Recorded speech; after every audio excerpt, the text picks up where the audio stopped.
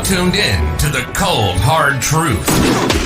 Cayman's #1 hard-hitting live podcast show, where we feature some straightforward conversations on political, social, and celebrity news and all things happening in the Cayman Islands and around the world. This show was created to give the people a voice and a means of being involved and informed without any filters. Sometimes it gets crazy, but we always keep it real.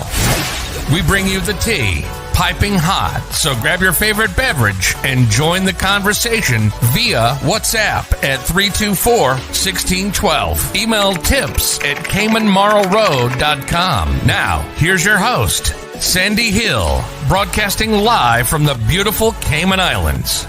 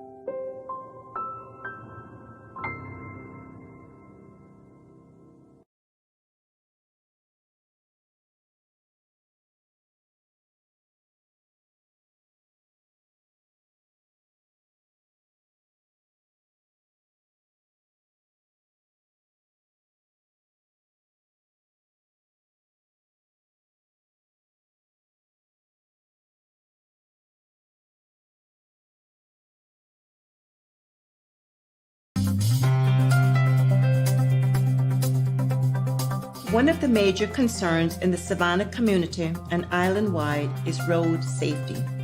I enjoy a great working relationship with the Panton Police and their community officers.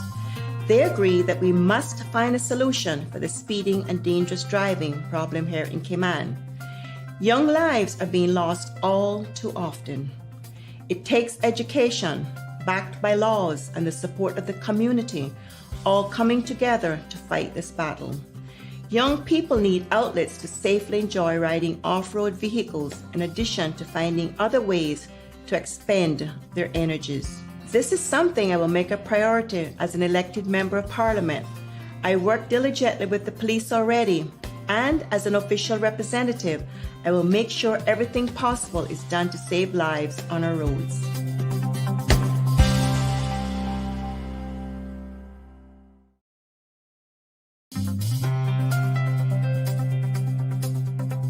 Too many of our young people are finding it difficult or impossible to get jobs, even after gaining the required qualifications. Yet, every day, we are importing more and more persons on work permits. There is something fundamentally wrong with this picture, especially since, in most cases, it is not specialist, high-experience jobs being advertised, but graduate entry-level positions that our young people are not being hired for. The creation of work to match skills with jobs is definitely a step in the right direction, but it is not enough. I think more employers need to view Caymanians as an asset to their organization and an important resource.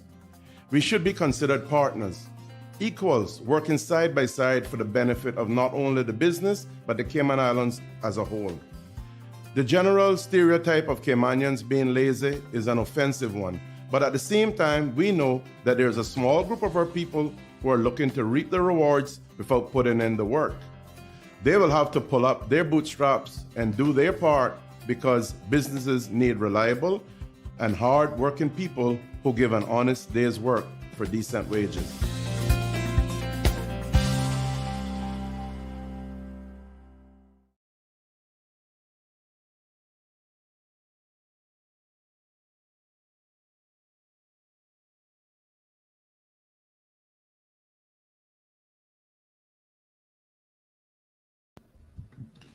Good morning, folks.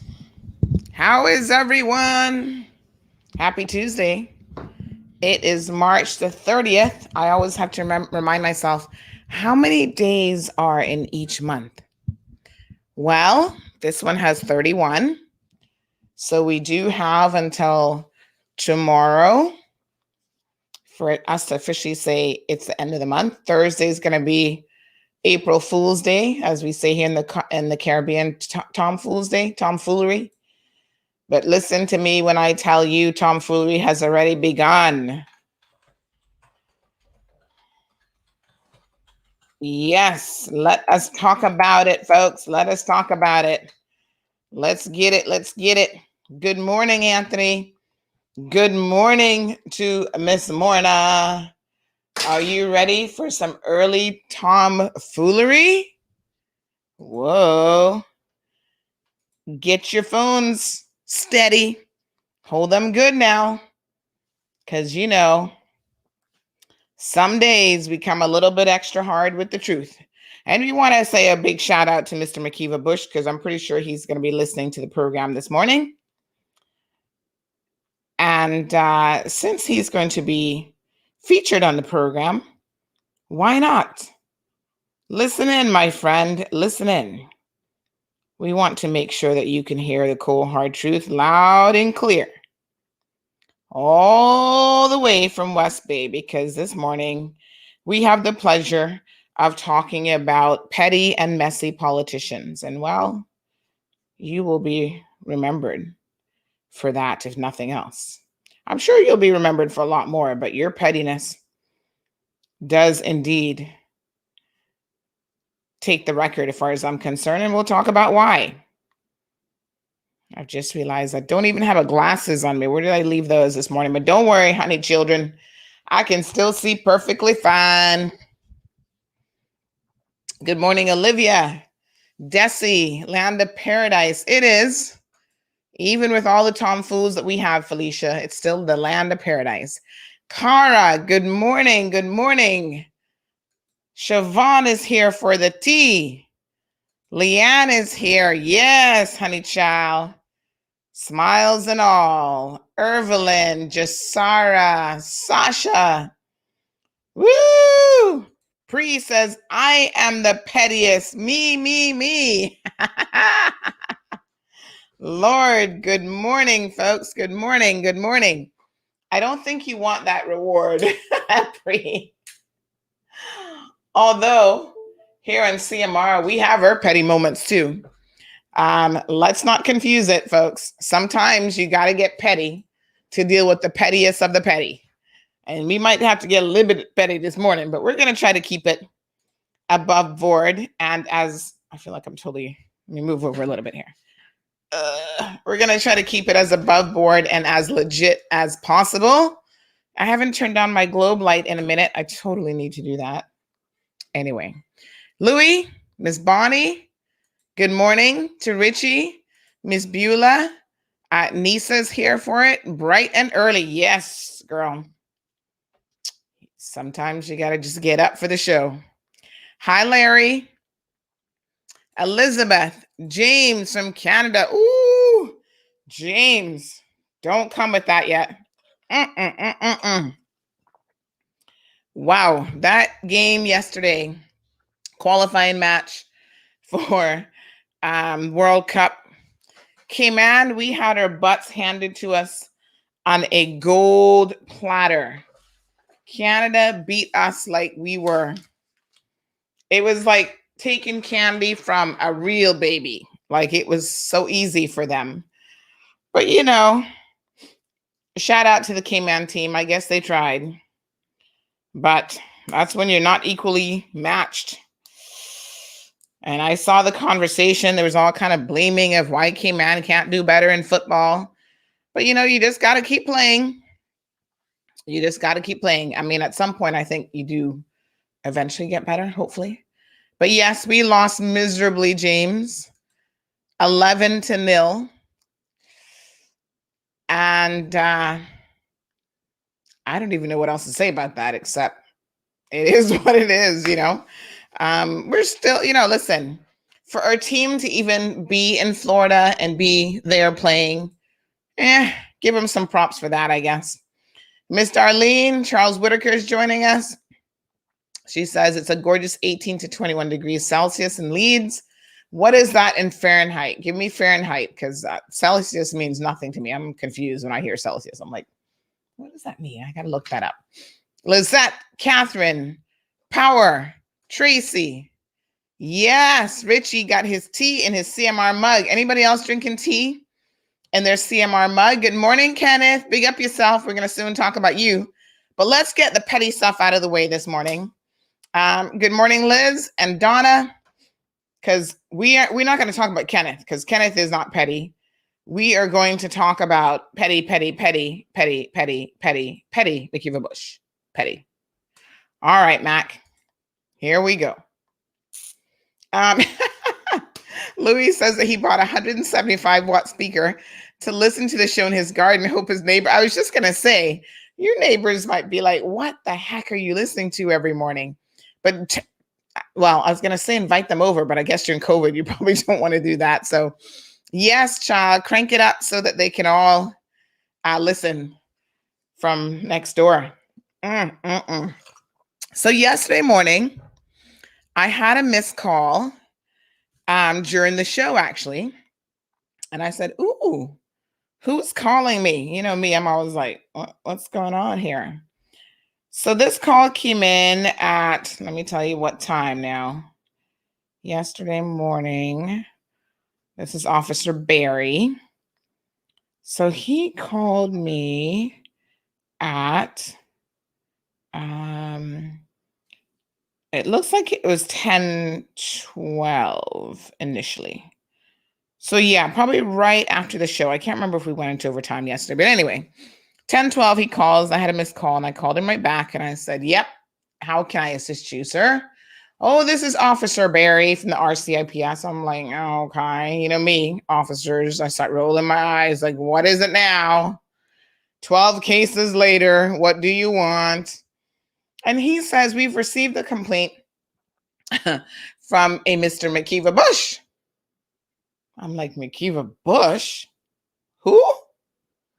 Yes, regarding something that you posted. Now, I post all kind of stuff, honey child. This is a very busy website. We have to keep busy because we're all about the people's business. So I said, okay, thinking in my head, what could that be about? We've only written 1,000 stories about McKeever Bush because he always is doing the most, touching somebody on the behind, saying that's how the culture is, beating women up, saying he was drunk, he can't remember. That one has more excuses than Quaker has oats.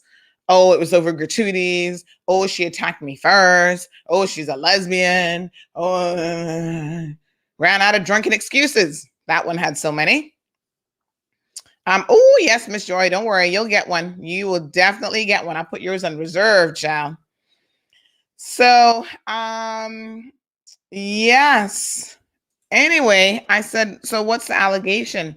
Oh, something that you posted on May the 2nd about, March the 2nd about Mr. Bush. So I said, okay, let me go back and see what would have been posted that day. Because honestly, I cannot tell you what this would be about.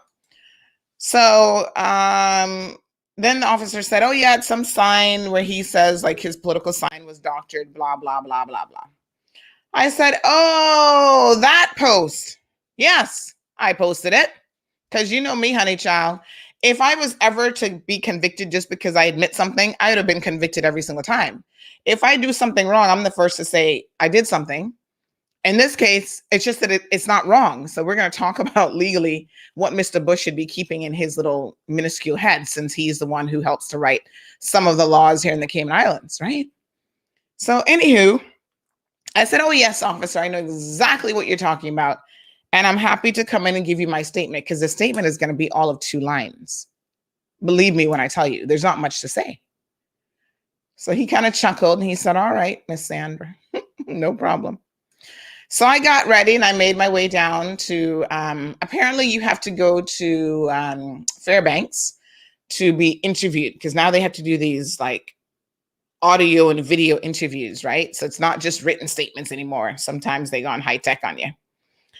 And my statement was literally read, all 2 lines of it. And it was like, yes, it was posted. It was shared so many times. Now, listen, we do not create memes, for the record. We don't create memes, but I know that there are people who do. Some are funny. Some are a little bit trivial, whatever. But I think when you're a politician of almost 40 years, you would expect that people are going to make memes of you, Mr. Bush. This is now where I know that you are, it is more than, listen, you should have retired a long time ago. And it's things like this that you would be engaging in that make me know that it's definitely time for you to go. Okay. Now, if you don't get it, that you are a public figure, you are a politician of your own choice, by the way, of your own making. It is your choice to put yourself in the public arena. And that comes with certain things, Donald Trump. It means that people will have an opinion of you, whether you like it or not. I mean, it is what it is, sir. Their opinion may not be of your liking. Their opinion doesn't even have to be accurate. They will say things. And you know what? They're entitled to do so. Now, Mr. Bush, you're kind of special, because let me remind people of what the actual post was, in case you guys have forgotten. This was it. Like I said, we don't create these things, but if they are going viral, you guys know that we have a section of our news where we talk about what's happening in the social media world. In fact, there is a social media section of our website so that you're able to go on there and see what's trending on social media. Now, sometimes we don't actually put it on the website. Sometimes we merely place it on the social media pages. Like if it doesn't warrant an entire story, then, you know, we're not going to put it on the website. Well, this one, there wasn't really much to say, I thought, until this morning, until yesterday. But here we are now talking about this. And I must say that I'm surprised, although I shouldn't be, because I have seen Bush go to the pettiest levels of petty. And I guess that's why he can wear proudly the title of being Cayman's pettiest politician, that he would call the police about this sign. Now, everybody saw this and thought, well, clearly this isn't the physical sign. So someone must have photoshopped this. I don't know. Photo Express. I don't know what they're using. I don't even know how to use Photoshop. Sometimes I really wish I did, because I think it might make my life a little bit easier. So it said, vote McFella Bush, Missy West Bay, Best Way, April the 14th, 2021. Grab them pon de pom pom bobo. And, you know, given Mr. Bush's less than stellar reputation when it comes to women.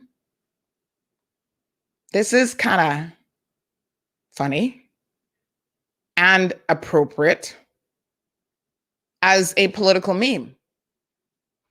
Then I started thinking about it. I want to try to give Mr. Bush a little bit of the benefit of the doubt, right?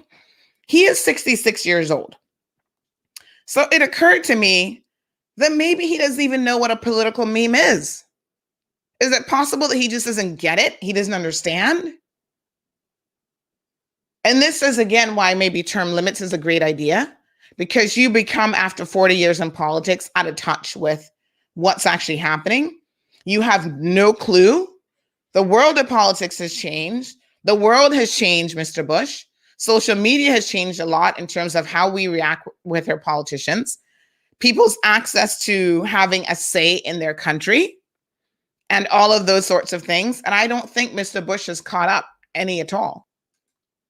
But fundamentally, there is something else going on here.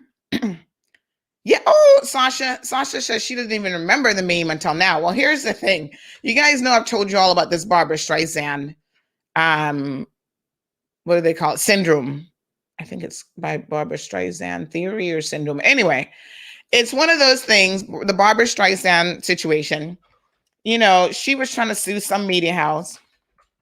Let me tell you exactly what it's called. It's called the Barbara Streisand effect. So she was trying to sue some media house for taking a picture of her house. So the Streisand effect is a social phenomenon that occurs when an attempt to hide, remove, or censor information has the unintended consequence of further publicizing that information, often via the internet. And this is exactly what's happening now, because you know CMR. No one is going to report on us, because we are Cayman's #1 news site, before we report on us, including myself. So if the police call me, I'm not arrested or anything, but they called me in for an interview. He's a public figure. I'm a public figure. I get memes done about me all the time. I don't go crying to the police over a meme because I'm a big girl. I got on my big girl panties. Max should try some of those. I can loan you a pair if they'll fit. So at the end of the day, now he has drawn out this entire conversation about how petty he is, because he is petty. And everybody now gets to be reminded of exactly what it is. Like Sasha said, honestly, when the officer said it to me, I myself couldn't even remember. I was like, what post? What's he talking about? Not only could I not remember, I'll be honest with you, when I'm sitting here looking at this, I don't remember even reading. I think I read the bottom, the pom pom part, the grab them by, because that was very Trump-esque. But I don't even remember the rest of the sign. So of course, yesterday when the officer called, I'm like, oh, let me go back and refresh my memory about what we're even talking about. So I had to go back in time, pull up my archives, because you know everything gets archived around here. And now I'm like, oh, my tweetum. This is what Makiva is worried about 2 weeks. Well, at that time, I guess a month in excess of the election. This is where your focus is, sir. Not on the issues that are facing your constituents, not on the poverty pockets that you have right in your area of West Bay that you should be worried about. Trying to formulate policies going into the election that's going to make a difference to the voters of this country. Instead, you had time to actually go to the police station. I had to say to them, when did he do this? He did the day after it went up. You actually had time to go to the police station and lodge a complaint that we are harassing you at this post. Are you truly serious, sir? I can't even use the phrase with all due respect, because I'm going to tell you right now, Mr. Bush, it is hard to respect someone like you. Now, I know as Caymanians, we're raised with this whole, respect your elders, but you don't get respect just because you're an elder. You get respect because you've earned it. And I can count the ways, unfortunately for you, that you have managed to lose respect. And so on the one hand, this doesn't surprise me, A man who can change his story about assaulting a woman like 10 times and lie about that, never come clean, never admit that you got a problem with alcohol and you need to stop drinking, never really get professional help, all of these things, but you have time to go running to the police like a little girl. Wow. I don't even want to say like a little girl because that's insulting to us women, because most women wouldn't even run to the police about this. Like a little child. A child probably wouldn't even do it because children understand memes. Now, here's the irony of it. Do you guys know how many memes I get on a regular basis? Someone has been doing the video meme. So have you guys seen the one with him and Ralston at the front door with the Ring doorbell? Hold on here now. Let me see if I can find it, honey child, because they're all on my phone. So I went back and pulled out my phone and I said, officer, let me show you something. You see this here? This is a screenshot from my phone of how many times on March the 2nd I actually received that meme. So this is every separate person that sent it to me. At least 9 times. Plus we got the one about Webster that day as well. Then there was another one. You see this little one here at Drunken Bush? His mugshot from Florida. There was that one. There was 2 at Drunken Ralston. One said, may you enjoy 2017 as much as this guy enjoyed 2016. So these are the norms in terms of what politicians can endure or expect to endure. There's another one here with Ralston, McKeever, and what's his name? Captain Eugene, I think, is in that one. So that day, the memes are heavy, hot and heavy. Well, let me show you another one, because let me tell you something. There have been a lot. And like I said, I do not always share them. Sometimes I just don't have time. But since Mr. Bush wants to talk about the importance of memes, and clearly he doesn't understand how important they are, I think it would be a good idea to share some of them with you all this morning so that you get the point, right? So let me see here now. I'm going to do another one. So there's one with Joey Hugh the other day that was kind of interesting. Let me just show you that one.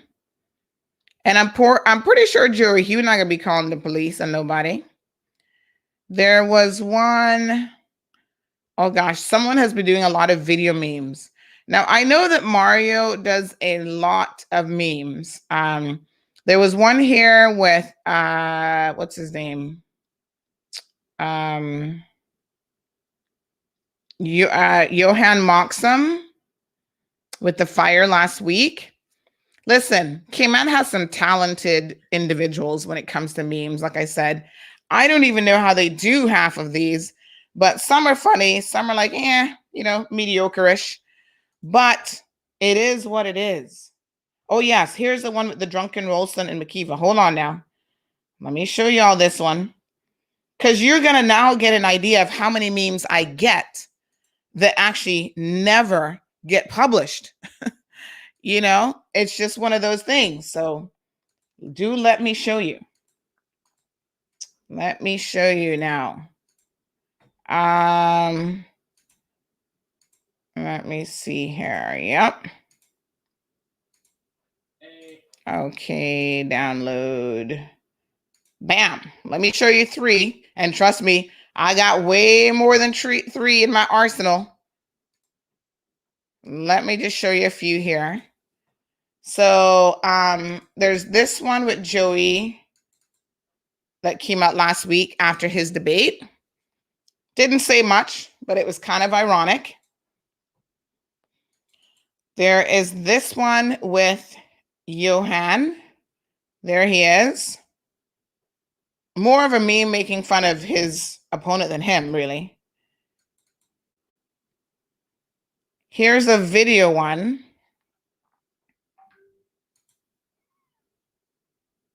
that you guys can have a look at. Hey, my car broke down. I tried to call AAA. I accidentally called AA. That is Josh, my sponsor from AA. He took me to a bar out of all places. I do not get it. Now I'm Josh and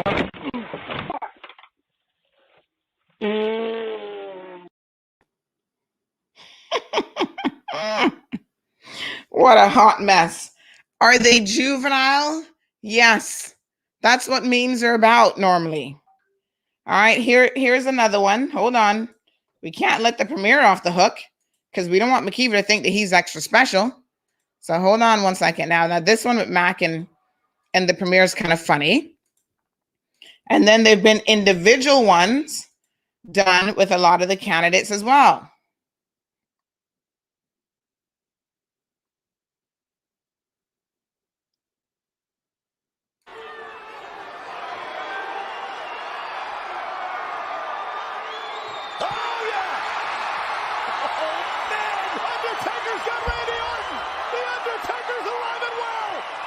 Be careful who you try to play games with. Oh my God! Randy Orton! Oh, the casket! All right, hold on. There is more. The point is we get a lot of them and we don't always share them.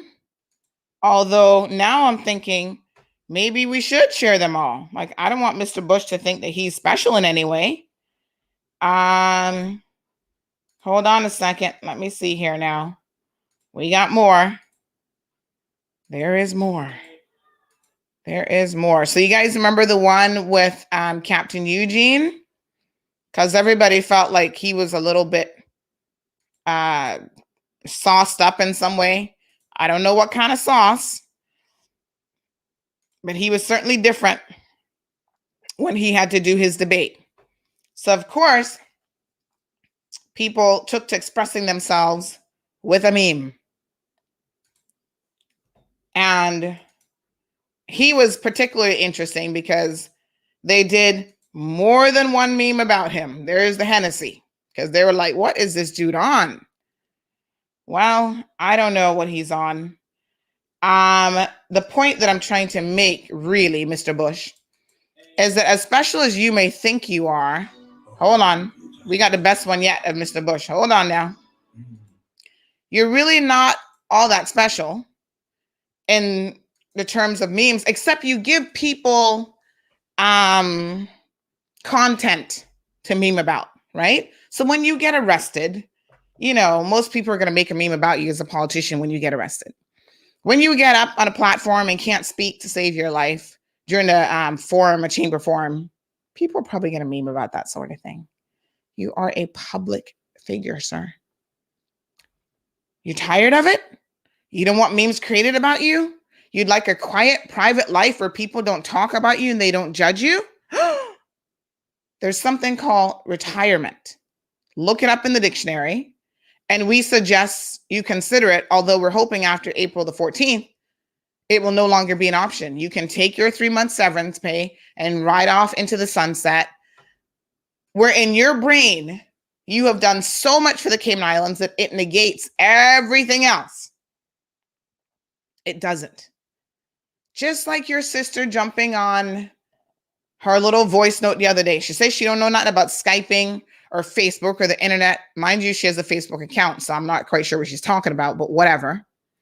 She knows enough to send out a voice note being rude to people, threatening people, calling people whatless and wicked. Anna so whatless and wicked. Oh, you touch my tra-la-la. My ding-ding-dong.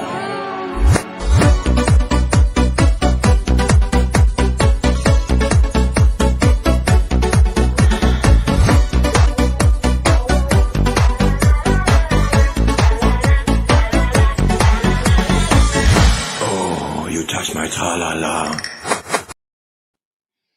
Do not ask me how they make those folks. I have no idea. They've done him. They have done, I'm trying to remember, I've gotten them so many times now. They're really actually quite funny. They've done Dwayne Seymour. They've done Joey, Alden. I mean, there's a whole slew of candidates who have been subjected to these memes. If you are so particularly offended, is this another one again? Oh, child, why UDP is an alliance with, oh yeah. Hold on. One more for the record. Because I'm telling you, I get them by the dozens every single week. And no, I do not share them all. Because, I mean, we're not just a meme site, right? We do other stuff. Now, speaking of memes, if you have Instagram, let me give these guys a shout out. There is actually an entire Instagram account. They sent me one the other day called Election Memes 345. All right, hold on. If you people think I'm making this stuff up, I'm going to show you that I'm not. Makiva Bush, class is now officially in session. I want you to please pay attention. Here it is, Election Memes 345, and this is all they do. They make memes about people, politicians. So this entire account was set up because of the election. So here's one, Sammy wondering what makes Red Bay red. Cayman government, COVID-19 destroying the economy. Roy McTaggart, right? So you see that big gaping hole, and he's going to stick a little black tape on it. Uncle Roy Strong, honestly, was the comment that went along with that meme.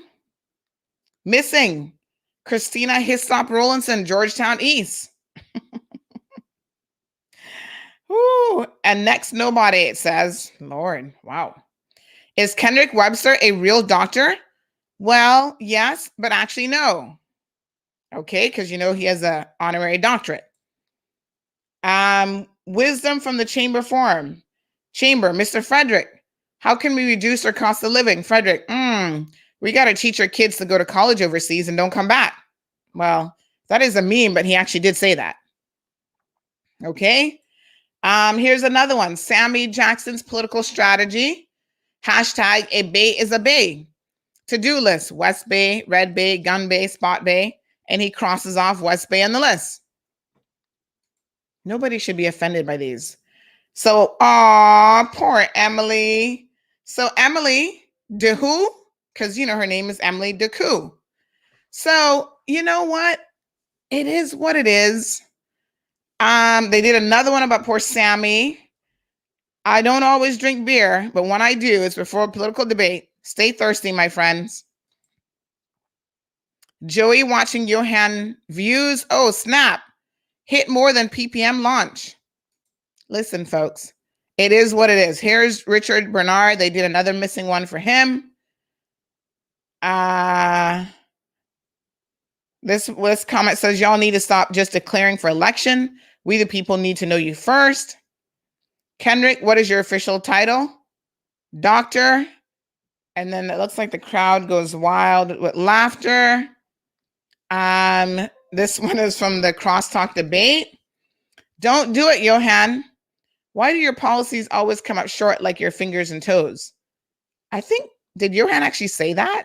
I think he actually did, actually. So sometimes memes are, ooh, honey child, look at this one. I think we actually shared this one because this one is kind of funny. So this was the chamber debate with Chris Saunders and Frederick. That was a clear knockout. Yes, Chris. Chris looking buff in that video. Knocked him out. Boom. Down for the count. You know, there's a lot of, now this one is a little bit low. You see, I wouldn't post this one because now this is getting an innocent child in the mix. And, you know, I feel particularly, I know Caymanians love to use that B word when it comes to children. And I guess maybe it might even be a legal word. I don't even know because, you know, the law is so antiquated, but it's not a nice thing. And I think that children should be off limits when it comes to, even if someone is a public figure, they have a public life. You shouldn't drag their children into it. But the point here is when Ralston is talking about the economy, there are people who are looking at him sideways saying, Ralston, you have a child that you do not take care of. You have a child that you've seen 3 times since June of last year. That's almost a year, sir. And so while you're trying to fix the world, you need to fix your own personal business. That sentiment is very much in the public arena. So, memes oftentimes have an element of truth to them.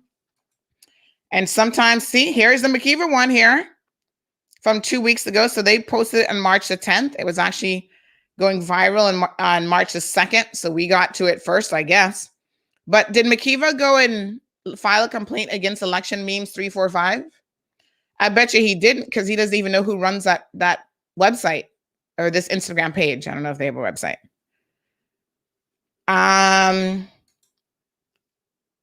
They got one here with Elvis, one with Justin and Ezzard in North Side. So it says, Ezzard, my record shows, ... Justin says, let's look at the numbers, ... Deborah, we have to employ our youth. Jay, cha, I agree. I have to agree, cha. I agree, cha, again. Here's the one with Mr. what's his name? Arden. So, oh, this is funny. I hadn't seen this one before. Mr. Moon Man, when he got his COVID shot. Woo! The heat is on. All I can tell you, Mac, is grow up. No one really cares about your frivolous police report. You're wasting police time. What you should be doing is trying to help them solve some of those unsolved murders and other serious cases in your district in West Bay. You see, when you go to the police and you waste their time with frivolous reports such as this, you waste police resources. I mean, it might land up on the desk of the DPP who's just like, oh, can we get another conviction for Sandra? Let's take this all the way. That might happen. I'm not saying that this is not going to end up in court, but I'm still saying you're wasting people's time. And the police should be focused on doing more important things. Okay? You, Mr. Bush, should be focused on more important things. So whilst I would love to entertain your ridiculousness and your pettiness so much more, we're going to move on with the people's business. If you can't take the heat, sir, get out of the proverbial kitchen. It's time for you to go have several seats. Get out. Be gone. Bye-bye. See you later. All right. We got Mr. Eden Hurlston, who's been most patient. Let's read some of your comments, and then we're going to bring Eden into the conversation. Good morning, Eden. I'm not hearing you for some reason. Do you have yourself muted? I think you. There we go. Yeah. Good morning. Right. Buenos dias. Good morning. Good morning to you. Good morning, everybody who's tuning in. Yes. On Sunday, I went to Rundown. And then when this happened yesterday, someone WhatsApped me and they said, is McKeever going to go and complain about Rundown too? Because he was featured in there, as well as other politicians. I was highly featured. I think it was last year. And people are going to make fun of you. Sometimes they make fun of the way you say things and you don't even realize that you say certain things, or the way that, your gestures or whatever. Kenneth was highly featured in this year's Rundown about always polling the people. And, it's funny. I mean, it is what it is. Louis says about his neighbors, I might have to give them a mug and get them to tune in. Cameron says, do I have my own parking spot at the courthouse yet? I wish I did, because it is hard to find parking there. Louis says free speech maybe needs to be introduced. Well, listen, McKeever's one of those people. He only believes in free speech when he wants to say something. So even now in the campaign trail, he's in the business of attacking his opponents, anybody who sits on their platform and beyond. I need to get the source, because I've heard something about Sheeny Banks, about him attacking him. And I kind of think at one point he might have been a McKeever supporter, but child, the tides have changed. And so because he's now supporting McKeever's opponent, Bush is going in on him on all kind of sides. And that's what McKeever does. He believes he can do that, but he's the only one who has that right. And nobody else can do it. Sue said that she'd never seen it before. Well, child, now you've seen it. Alden throwing out promises to raise pay for tourism is not considered vote buying. And Cara, in my opinion, it is. We have actually contacted the elections office to see if they have any formal complaints about that and if they are investigating it. Marshall says Mr. Bush needs professional help. That's what he's complaining about. He should be ashamed of himself. Why didn't he go to the police station when he beat up that woman? He needs to go. Unfortunately, Debbie, when it comes to the police having something better to do, yes, they have something better to do. They have a lot better to do. But the sad truth is they have to take every complaint seriously, I suppose, in the sense that they have to investigate it, and they will pass the file on to the DPP's office for ruling. And trust me, they get some very frivolous complaints. So Cara also said she didn't remember seeing it before. Good morning, Mr. Alvin. Mr. Alvin, it's so nice to see you. You guys will remember that we spoke to Mr. Alvin on Sunday about how they stole his pots. Please, folks, I implore you, if you know who is the pot stealer, return Mr. Alvin's cooking pots. And this isn't really the kind of pot that you might even want to steal, because my husband jokingly said they stole pot. Did you check Elvis to see if he stole the pot? And I said, no, honey, it's not that kind of pot. It's like cooking pots, right? So Mr. Alvin, thank you so much for tuning in. We're really hoping that whoever did that does the right thing. Beulah thinks it's funny. Cece. So she's got a backup page just in case she gets, you're back through your backup page. Oh, good. So she's got it entitled Cece's backup page because she's in Facebook jail all the time, folks. All right. So Eden, I know time is precious for you. Tell us what you've got on your mind here today and why you decided to join us. Well, my primary concern in being on the show is just to highlight that last Monday on March 22nd during the debate for West Bay Central, Captain Eugene said that we have a West Bay District Council, and I'm having a lot of difficulty finding anyone in West Bay who knows anything about this. And he has a very specific quote. Shall we roll the video? You can show, if you want to show that. Yes. You can show the whole thing if you want to.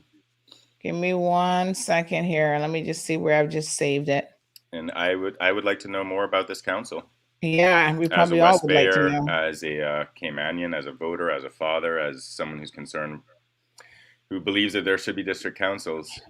Yes. And I think every West Bayer should be concerned. And I think every West Bayer should be questioning where this council is. It's just uploading. Tracy says, remember the COVID memes? They were everywhere, and anyone can look at them and share them. This is not a crime. Freedom of expression. Yeah, Mr. Bush just needs to get with the times. Like, he's so petty. That's the only word that I'm allowed to say without probably using a profane word of what he really is.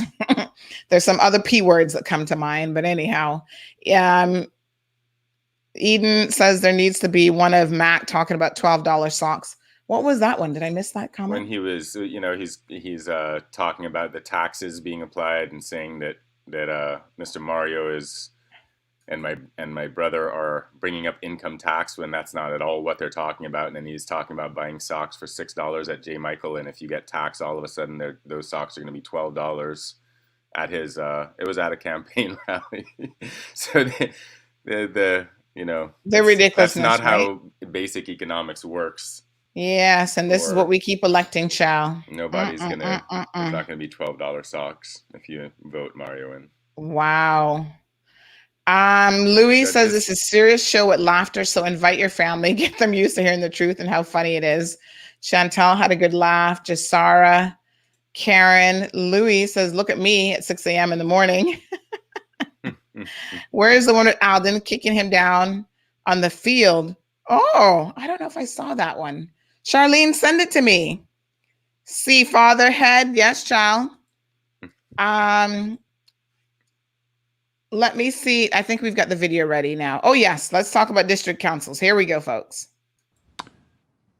Staying with you, Mrs. Ebanks-Wilkes, the next question specifically from your constituency is, are you willing to commit to holding quarterly community meetings and establishing a democratically elected district advisory council?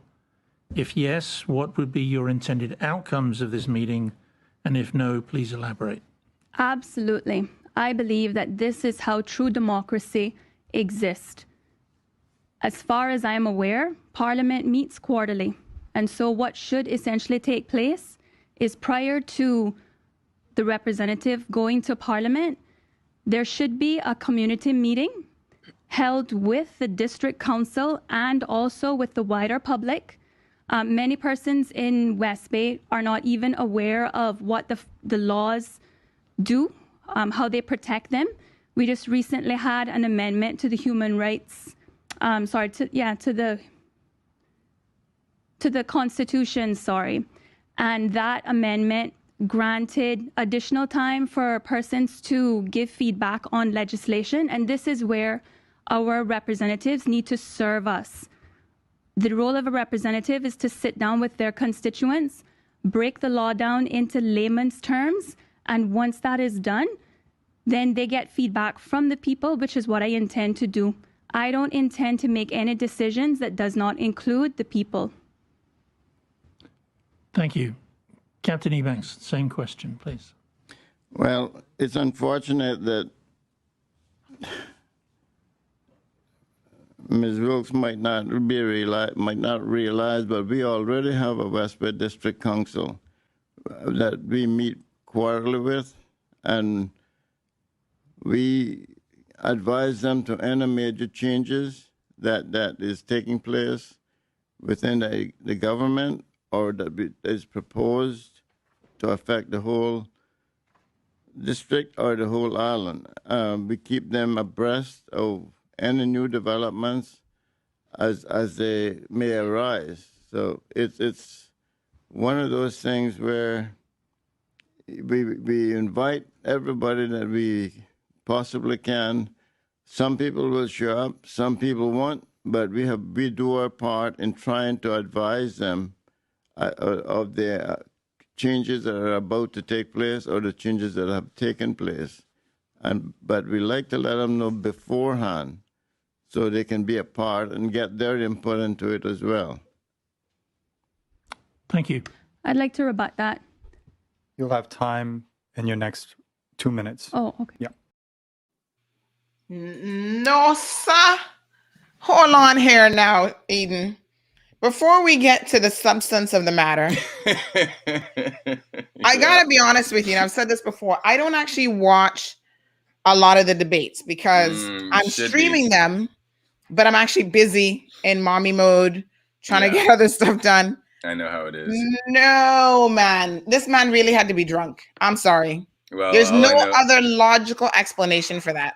All I know is that this man went on that debate, and first of all, I just want to not take one thing away from Catherine's absolutely spot-on, precise answer of what the role of district councils and how important that they would be in assisting, not only getting people's input on what should inform parliamentary decisions, but how they can help explain and break down laws and proposals that are happening, what it means to a district in West Bay particularly. I mean, and every district has its specifics, but here we're dealing with everything from Barkers in my constituency all the way down to the new Crimble Dart PAD that's in West Bay South, right?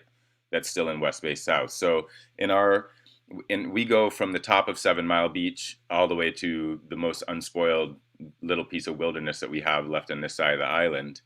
And there's a lot of things that we need input on, we need explaining on, just as there is in every district. That's why we should have district councils in every district. And she really breaks it down right there as far as how important a concept this is. And then he goes on to tell us that he's been meeting quarterly with people in West Bay and apprising them of matters of national and district importance and getting their input on things. And I mean, it goes on, where he talks about it more, and it doesn't exist. There's been a couple of meetings lately by the West Bay Action Committee to get the district council formed in West Bay and find out exactly how we do that, so that when we have our next leadership elected in, And when Mario and Kathy and Bernie are elected in, then we can go about knowing the details of how we get these district councils formed. So here's Captain Eugene. You know, I don't know if he doesn't realize that these things are recorded and they're there, and you know, he has said those words. Now there's a West Bay District Council, and he meets with them quarterly. And when Kathy did get a chance to rebut there, she asked exactly what was on every West Bayer's mind who happened to be watching that, which is, really, there is? Why do I not know about it? Why does no one I know about it?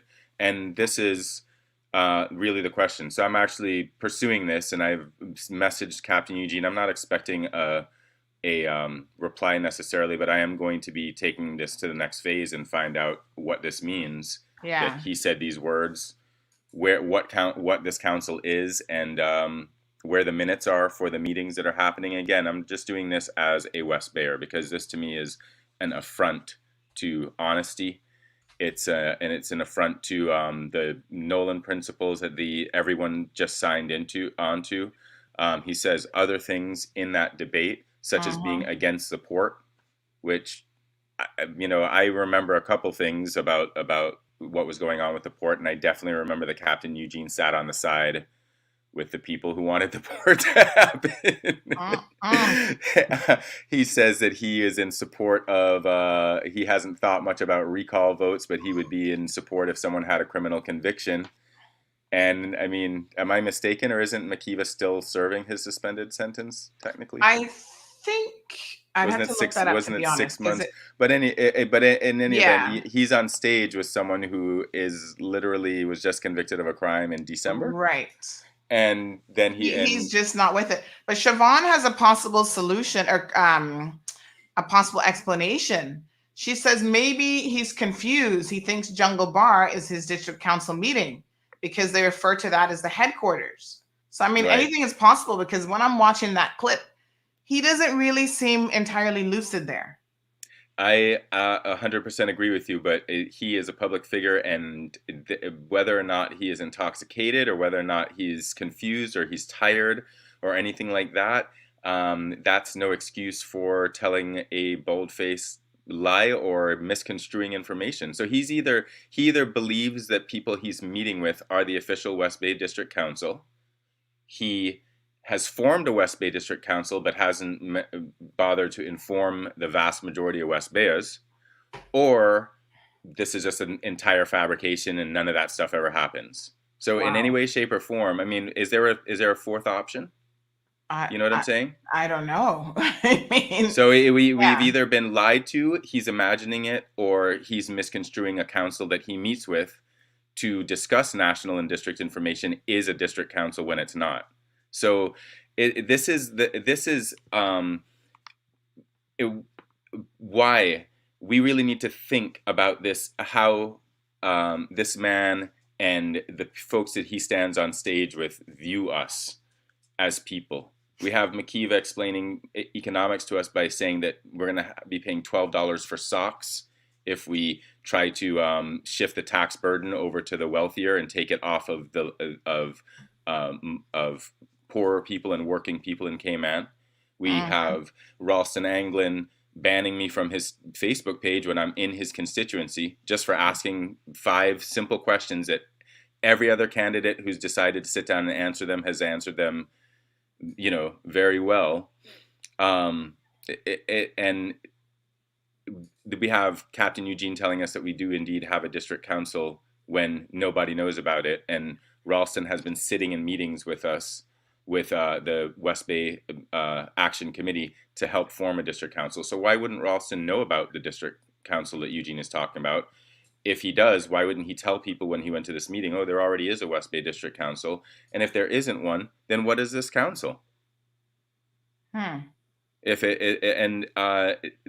I'm looking back at the Nolan principles that were just signed as part of the Standards in Public Life law that everyone had to sign on to, and 2 of the main ones that I sent to you, just a little screenshot because I couldn't get the thing to come up, but it says accountability, Holders of public office are accountable for their decisions and actions to the public and must submit themselves to whatever scrutiny is appropriate for their office. So under that principle, I'm expecting a reply from him. I'm expecting him to take my questions seriously as a voter and a West Bayer. And he should be ready to answer for what he said there and explain it. It also says openness. Holders of public office should be as open as possible about all the decisions and actions that they take. They should give reasons for their decisions and restrict information only when the wider public interest clearly demands. So unless we hold them to task, and unless we stay on top of them, and unless we keep bringing this up, this is how we get treated. They sign their name on these things, and it's supposed to mean something, and it's supposed to be some check and balance for integrity. But really and truly, it's up to us, the people, to follow up on it for them, because, you know, he's just going to shove this aside the way that John and the personal trainer thing got shoved aside. No comment during the pandemic. Like, I don't forget that stuff. I don't forget about McKeeva signing an environmental charter when I first got back home in 2001 that sat on shelves and gathered dust, and we badly need that environmental charter acted on. The very next year, there was the focus for the future report that McKeeva wrote a preface for, and in that preface, he talks about our intention is to not let this report just sit there and gather dust like so many other reports have, and that's exactly what has happened. So millions of dollars go out in developing documents that get signed onto and there's no follow-up. People took their time to develop standards in public life law. People went down there to sign it, and we have candidates who went down there, and when they put their name on that, they mean it. Right? Yeah. But in that debate, he might have been tired, but I can tell you something. Catherine is tired as well. She's 247 taking care of her family. She's 247 going around to talk to her constituents and run this campaign. She's 247 doing research. This woman is 24/7 going for it. And I'm fine if Captain Eugene was tired, but what is he talking about? And is he going to answer to me? And so this is why I went right into the public forum with this, and because we don't have time. We have 2 weeks till the election. And I really want West Bayers. I don't care who you vote for, as long as you think about it and you've looked into it and you've really thought, is this the best we can do? When you look at your child, when you look at your grandchild, and you say, is this the person that's going to take care of their future? Is this the person that's going to look after them? I was on a Zoom call on Emily DeCou's Zoom last night, and she's talking about how she's going to need the experts from Cayman's public, and that, you know, what she wants to do is have a consolidated sustainable development plan and a way to look at this and pull on people's expertise and how to develop new markets. And that is the kind of thinking we need, that's going to be looking out for our children's futures. We hear the same things being discussed in West Bay. We have Bernie talking about the total protection of barkers, whereas we have Ralston talking about, well, they might develop here, might develop there, and it's like, you know, there's a big difference in those two types of statements. We have Kathy talking about her view of the district council that you saw in that video, and then you have Captain Eugene talking about his view of the district council, that he's been sitting in the meetings already, that they've been meeting quarterly, and that all other West Bayers are left out of this. Wow. So let's read a few of these comments, because you're not the only one who's wondering. Believe me, I've been talking about. I asked everybody in the Soldier Crab, and they're all like, West Bay, we have a district council? Really? Well, just like the 10-story says building. that she's been in West Bay Central for 8 years, and she's never heard of these meetings. What a hot mess. Right. So Siobhan says, all I know is that Catherine Wilkes is a choice of West Bay Central. We will invite Captain Eugene and his team to join the real district council. Right. Debbie is wondering, was it medication or Hennessy? I don't know, child. Your guess is as good as mine. Charlene says, thank you, Eden, except you missed Andre, because they're my four for the district, God's willing. Yeah, I'm liking Andre as well. There's some definite things that he's doing that is setting him apart from Raul. Rumors and stuff that's flying around not a side. I'm trying to weigh the candidates based on the things they're saying and the things they aren't saying in some of these interviews and some of these debates and everything like that. And I am liking Andre. He particularly gave some views about the liquid natural gas debacle and him wanting to look into that more, whereas Raul was more into following along with these things and getting liquid natural gas into our island, which is it's a bad mistake. All my research that people that I know are doing I don't think it's a good choice for Cayman at all. So it's little things like that we really need to take a close look at. Well, hopefully Andre is being a little bit more direct with his answering of questions, because I found him hard to follow with his evasiveness a lot of times. Buenos dias to Daisy. Siobhan says, Eden, while you're investigating, can you find out what Ralston is offering? Find out exactly what Ralston is offering, a learning credit for single moms. I would like to know exactly what that is, as I'm looking for my son. And as everybody knows, Siobhan's son happens to be named Ralston Malachi Anglin Jr. Right. And this is an excellent question, because you can Ralston presents well, and these ideas that he's putting out there sound appealing to people, but then you have to think that he told me face to face that he isn't tied to McKeeva, he's not tied to Captain Eugene, that he's actually running as an independent. And I say, well, look at who you're standing on stage with, man, because regardless of what it is you intend to deliver, when the company you keep casts doubt on what it is you're saying, it's difficult to lend an ear at all. Yeah. And that's so he's actually telling people he's not running with McKeeva? Oh, I was at the first West Bay Action Committee meeting, and he was there.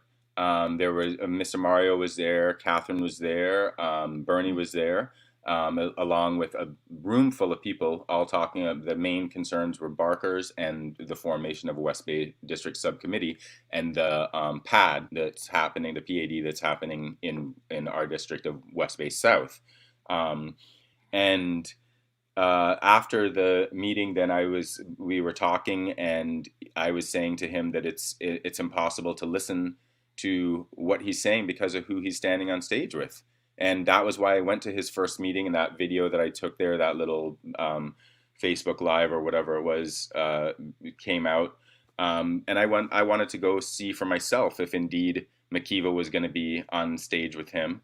And I can't support that kind of representation whatsoever. So right from there, I have to ask myself, okay, Ralston, well, 10 years ago, you personally helped oust McKeeva. And I asked him this question after the meeting. I said, 10 years ago, you helped oust this man from premiership when there wasn't a criminal conviction. And now he's a convicted criminal, and you're standing on stage and running with him. And he said, he told me he's not tied to McKeeva. He's not tied to anybody up on that stage. And I said, well, it sure looks like you're tied to them. You know, the company you keep is oftentimes how you're judged, right? And I know that because I'm friends with a bunch of rascals, and I'm a rascal.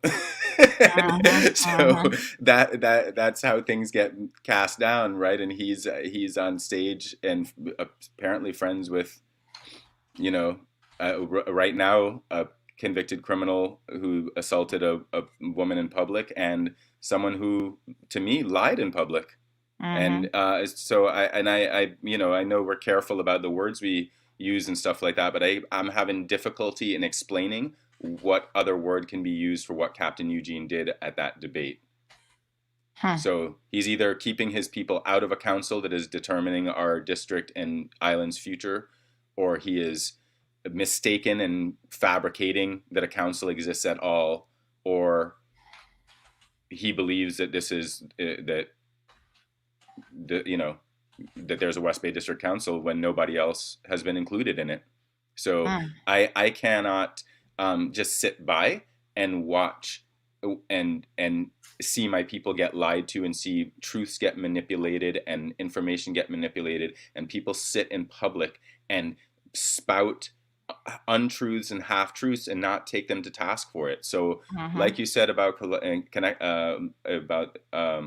contacting the elections office, and I need to see what the proper course of action is for this, but I'm not going to let this just sit down so easily like this. I want to go into a phase now where I want to talk about, in the next couple of weeks here, why we should be voting for people, and particularly in West Bay here.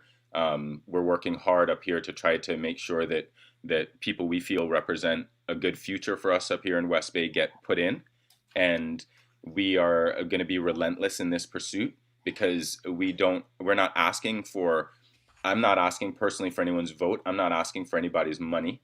All I'm concerned about is a future for my son and his friends, and that they have opportunity, and that we have a Cayman here for them to thrive in, and for their children and their children to thrive in. That's my only concern, literally. So I have all the reason in the world to just make sure that, as best we can, that people answer for this.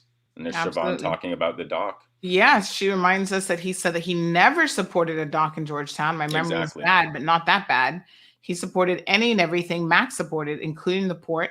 And there was only one proposed location for it, Georgetown Harbor. Exactly. Troy says McKeever and his team and many of his supporters treat anyone who raises a question with complete disdain and ridicule. It is a public example of the utter unsuitability for them to sit in a parliament. Disgraceful. And again, quite ironic that you say that, Troy, in light of what McKeever does, because someone posts a meme about him that is widely circulated in the community. Right. So Charlene says there's never been one officially. They're only now talking of district committees, because others like myself have been canvassing for this from 4 years ago. Well, they've changed the Constitution to accommodate it. So why it's not been implemented? And in fact, the progressives ran on the implementation of a district council. I think it was in 2017. That was one of their big things in their manifesto. Yeah. So once again, we the people were hoodwinked. And I want to talk about the progressives here in a second, Eden, but I don't know if you want to continue with the conversation, if you've got other things that you've got to get going for this morning. I just want to, check out my Facebook page for anyone who's on there. It's publicly posted. Mr. Captain Eugene's number is publicly posted on his campaign Facebook page. And I just want to encourage West Bayers to give him a call, send a message, and find out about this. You have a right to this information. We cannot be hoodwinked anymore. Our forebears did not work and bleed and cry and sweat to bring this country to where it is, in order for us to be lied to by people who are supposed to be representing our best interests and helping secure our future. And just like my brother said there, when there's any kind of criticism, which we have every right to criticize, we have every right to question, we have every right to scrutinize. It says so right in the Logan Principles that all of these people signed on to. They all signed their name on it, and they have to bear our scrutiny. And this is one of the true signs of narcissism. And trust me, I've been dealing with one for 12 years in the CMEA, that any criticism is going to be looked at, and I've been called it myself. You criticize McKeever, you criticize the government, you criticize, and they call you un-Caymanian and anti-Caymanian, and they call you a rascal, and they call you a troublemaker and a rabble-rouser and all these types, when all it is I am looking out for my son's future. I'm a father, I'm a Caymanian. I have a right to the truth from my leaders, and so does everyone else. So check out my Facebook page, folks, and look at the post that I put on there with that same video attached, and question them yourselves about what this district council is. Question about the other things that were said in that debate. Look at the other West Bay debates. Listen to what these candidates are saying, and let's not be hoodwinked. Let's make our decisions based on facts. Let's also make our decisions based on dignity and who we feel is going to really bring that feeling again of being a unified Cayman, of being a dignified Cayman, and make our decisions based on that. Let's look into our children's and grandchildren's eyes and think about their future and think about what we want for them in this country, and particularly in West Bay. You know, I'm speaking that because that's where I'm at, and that's where I'm fighting for. Even though we're all fighting for the whole island, I'm trying to keep as on top of what's happening around the island as much as possible. But we're working hard here in West Bay and in grassroots ways to try to get our candidates in that we believe are going to take care of our future. But this little action right here, this is not done from Bernie saying, go do this, or Catherine asking me. This is an independent action by me as a Caymanian and as a father, and I'm concerned about our people being lied to. And I'm sick of it. I'm sick of it. Times have changed. It's not the same Cayman. Yes. So if you're an elder out there, please think, is this really what we've come to? Is this, I feel shame about this. I feel disgrace about this. I feel disgrace about the people that we've kept in here every step of the way. Everything that has happened that has been to the detriment of our people, that has dragged our people down. These guys have been there. 1984, McKeeva came into Parliament, and look at what has happened to our country since then. And has it been his direct doing every step of the way? No, it's been a conglomeration of people and factors and everything. But he has helped to build this political culture that says we are ordained by God. We do what we want to do. Once you vote us in, we can do anything we want. We're going to give ourselves a severance instead of talking about insurance for the people. It's ridiculous. And we have to change this. So I'm really just asking people to vote for the truth. Pay attention to what's going on, and let's stay united, even if they'll have us be divided. What's happening, buddy? I need a paper clip. You need a paper clip? Okay, I'll come get one for you. I'm ready to come back in action. You want to say hi to everybody? Hi. Hello. Good morning. How are you? She's saying, "Good morning. How are you?" Good. Good. We're gonna make some paper airplanes now. So I thank you for giving me time, Sandy. Nice. We have protocols in place and we have laws in place to help deal with this. And I'm just asking people to vote for the truth and vote for the future. I have to think about him. I need to think about your own, and need to think about your grandchildren and everything like that. So I really am thankful for the forum, and I'm thankful for people to listening to what I have to say. And let's bring some dignity back into West Bay here. Thank you. Thank you so much, Eden. We appreciate it. You're very welcome. Thank you, Sandy. You want to say all bye right, to my people? dear. Bye. Bye. Have fun making your airplanes today. You got toothpaste on your lips. It's good. He's brushing his own teeth and everything. Yes. Look, when my tongue goes this way. Oh, yeah, that's right. Oh, my goodness. All right, Eden. Thanks a lot. All right, we'll see you later. Thank you, Sandy. Okay, good. All right, bye-bye. Bye-bye. All right, folks. So Eden is on daddy duty there. He's going to go make some paper airplanes now. So good for him. As Eden rightfully said, we're all members of this community. We are parents, some of us. Some of us are grandparents. Some of us are just citizens. Like, you don't even have to be a parent or a grandparent. But I might just adjust this just a little bit. But I think that at the end of the day, we all deserve the best possible representation if you're voting for the right people. So if you continue to put the wrong people in, then you're going to get what you deserve. But let us just, hope that the majority of people are paying attention. So Captain Eugene has got to go.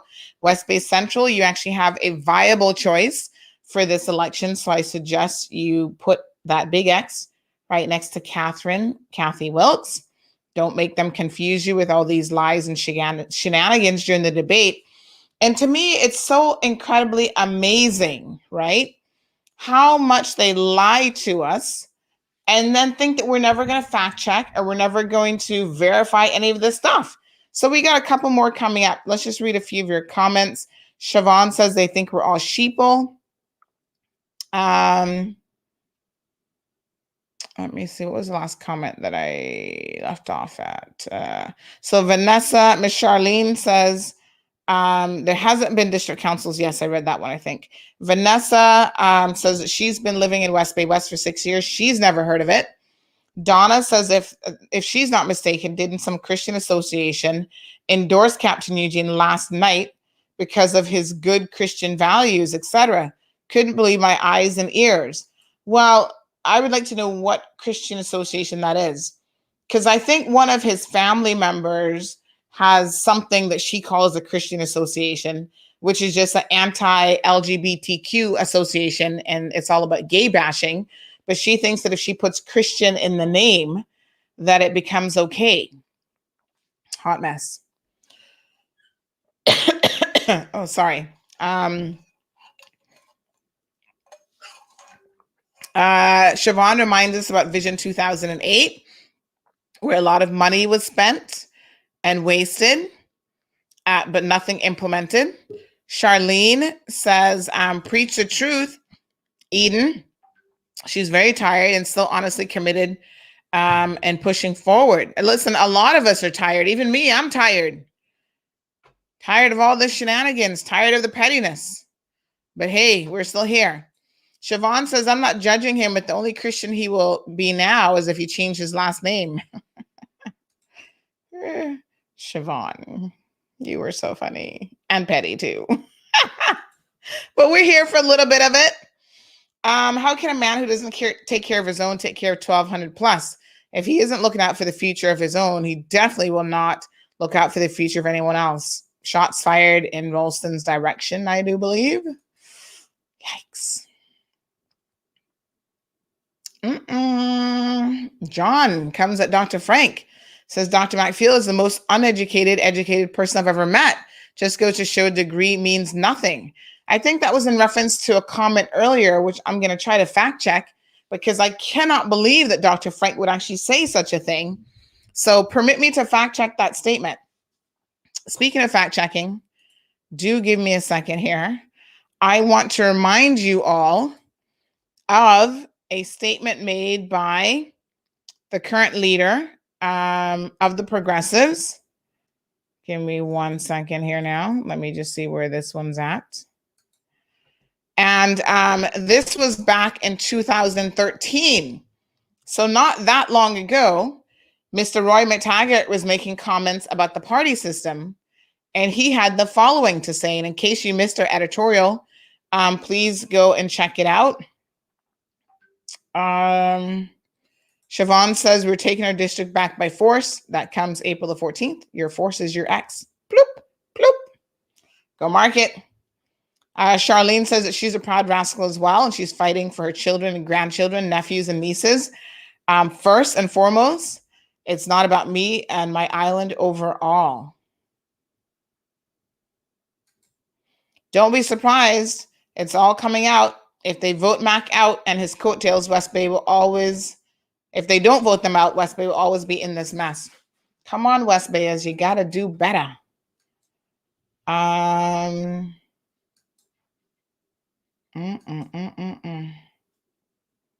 Sue says Alzheimer's might be setting in and they both need to go. Hot mess. Oh, snaps. Siobhan says, I mean, it's like McKeeva trying to convince the entire island that Ralston only has 3 girls, when in fact he has 5 children.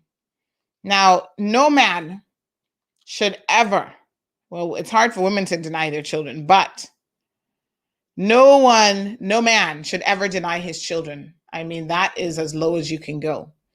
And if the man has 5 children, then he has 5 children.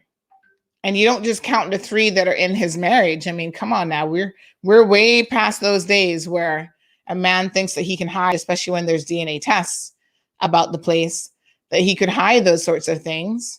To the best of my knowledge, Ralston does have 5 children. He has 1 right in the District of West Bay, a 4th child, which technically I think is child number 5. The 4th child is in Jamaica with the Jamaican mother.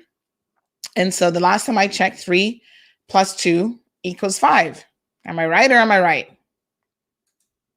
I'm no economist, but I think that's basic math. So good morning, Miss Anne. Hello, Nikita. Yep, the child's in Jamaica. One love. And the other one lives with me. Siobhan has the other child. Child number 5. named Ralston Malachi Anglin Jr. All right, let us remind ourselves, in case you missed the editorial that was done late last night. The name of this editorial was, or is, I should say, Progressives Leadership Lacks Behavioral Integrity. And this is all about, folks, when you say you got to do something, you just do it. That's what it is, right? So back in 2013, Mr. McTaggart had a very different view of party politics. Let's take a look at what he had to say at the time. Independent Georgetown candidate Roy McTaggart insists he is not the leader of any political group. Good evening, I'm Mona Lisa Tatum. Well, Mr. McTaggart says he is looking for endorsement from advocacy group Coalition for Cayman. He will not pledge allegiance to any one leader but the country. Cayman 27's Tammy Suleiman has this interview. I don't look at myself as being emerging as a leader. Former KPMG chair and chartered public accountant Roy McTaggart says he is frustrated with what he calls divisiveness in the Legislative Assembly. Do you think, though, that the problem is not necessarily the party system, but perhaps the parties that we have right now? Would you say that that's where the disillusionment lies? Well, I prefer to categorize it as the party system because it forces, I think, people and politicians into a certain mindset and into a certain way or positions that might not necessarily be in the best interest of the country. As an independent candidate, he says he is seeking endorsement from political advocacy group Coalition for Cayman. Here at the group's first public meeting, it told the country it is adamantly against political parties. There are those who are saying if it smells like a rose, it must be a rose. How do you argue that C4C is not a party? I don't see that at all. They are looking to endorse candidates. They're not looking to dictate to them where they go and what positions they should take. But Mr. McTaggart acknowledges that Cayman's 2009 constitution favors the party system, not making it so easy for independents in the Legislative Assembly. But it does not preclude in a group of independents. With that end in mind, Mr. McTaggart says he wants to use his skills and expertise to curb Cayman's spending problem and drop the stagnant unemployment rate. He knows it will take like-minded people to effect that change within the Legislative Assembly. Tammy Suleiman, Cayman 27. Mr. McTaggart says he will work with fellow Georgetown independent candidate Winston Connolly. As for any others who may join them, he says we'll have to wait and see. All right, folks. So waiting and seeing. Let us just have a look here. This was a quote snapped from that interview. It's the party system, he says. It forces people and politicians to a certain mindset or a certain position that might not necessarily be in the best interest of this country. That word, the irony of those words are certainly not lost on any of us. So extremely, extremely ironic in light of the fact that Mr. McTaggart since then joined the Progressives, and not only joined the Progressives, but is now the leader of the Progressives. Back in 2015, ironically enough, CNS said at the time, Roy McTaggart said that he believed that the speculation over his position was long closed and was surprised people were still thinking that he would join the PPM, as he was also stuck to his position that he remained an independent member of the Legislative Assembly. That was June of 2015, folks. And of course, by the following election in 2017, Mr. McTaggart was very much entrenched in the Progressives and running with them. So my apologies, I had a little seat there. Okay, so incredibly interesting, reminding us of what has transpired. At the end of the day, folks, it is what it is. And I think that we need to hold people accountable. I'm going to share the link here in case you have missed that article.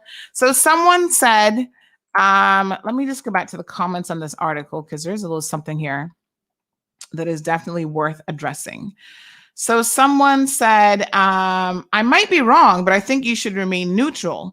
It's plain to see that you're against the Progressives and we're still cool, though. Actually, this was Curtis. I'm just stating my opinion. Now, Curtis, in case you didn't miss it, This was actually an editorial piece. Yes. Check it out. It says in the title, editorial. So editorial pieces mean that it is an opinion. Yes. Remember how the Compass, I don't know if they still do those because I haven't read the Compass in a minute, but remember how the Compass used to have editorial pieces? Do they still write editorial pieces? I don't know if they do or not. If they do, you know how it works, right? Editorial pieces are just what they say. They are an opinion piece. And people, quite frankly, are entitled to their opinion, whether they are running a news site or not.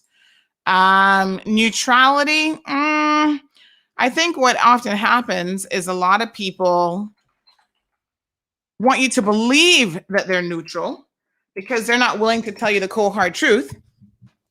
This podcast is a slightly separate entity than the actual CMR news site. So on the news site, we attempt to report the facts and remain as neutral as we possibly can. However, this is the cold, hard truth. This is a personal podcast that is broadcast through the CMR platform. So you will hear my opinion on this show, whether you like it or not, just like I share your opinions. Last night, we saw with the debate, I don't know if Kenneth is ready to jump in and join us for a minute here, but we saw with the debate last night that his opponent, Mr. Frank Cornwall, did not bother to show up. But he found the time. Good morning, Kenneth. He found the time to jump on here and to comment during the live stream that, oh, I have a meeting, that's why I didn't come, blah, blah, blah. We don't really care, Mr. Cornwall, what kind of meeting you had or what else you had going on. Most of you had advance notice of these debates. It's not the first time that many of you have refused to show up and make your presence be known at these debates, but you could have changed your meeting, spoke to the chamber about potentially even changing the date that you were set for, because I'm sure had the chamber had advance notice of what you're up to, they in all likelihood would have accommodated some switching as well, because they want the candidates to avail themselves of this opportunity. So I, in fact, received several photos of Mr. What's his name's meeting, and Mr. Cornwall, my apologies, I literally just couldn't remember his name, and what he missed the forum for. And I want to show you guys what this is all, what he decided missed the forum for. Here we go. This meeting that nobody showed up for. And I'm not making fun of Mr. Cornwall. Believe me, I don't even have to try. But I'm going to show you, do I have the other picture as well? That literally no one showed up to this meeting but him. So there's that photo. And let me just see where the other photo is. There's another photo that shows two people sitting down at the meeting. And so if Mr. Cornwall missed the opportunity to speak to his constituents, oh yes, here's the other meeting that shows two people showing up. And this was at some location off of Crew Road, Ryan's Road, down Ryan's Road. Mr. Cornwall, I'm going to bet the farm on this, that you missed an excellent opportunity to really show the people, there's the total of two people that showed up out of the four, that you really missed an opportunity to show the people what you're bringing to the table. And I agree when Kenneth said last night that if you do not show up, you don't even bother to show up to the interview, it means that you probably don't really want the job. And so you missed out on, let me tell you how many people actually watched that forum last night. Already it has 3.3 thousand views. You could have reached a lot of people, not just in your constituency, but around the Cayman Islands, and have had an opportunity to speak with them. But anyway, we're not going to focus too much on him this morning, Kenneth, because we need to give you a lot of props.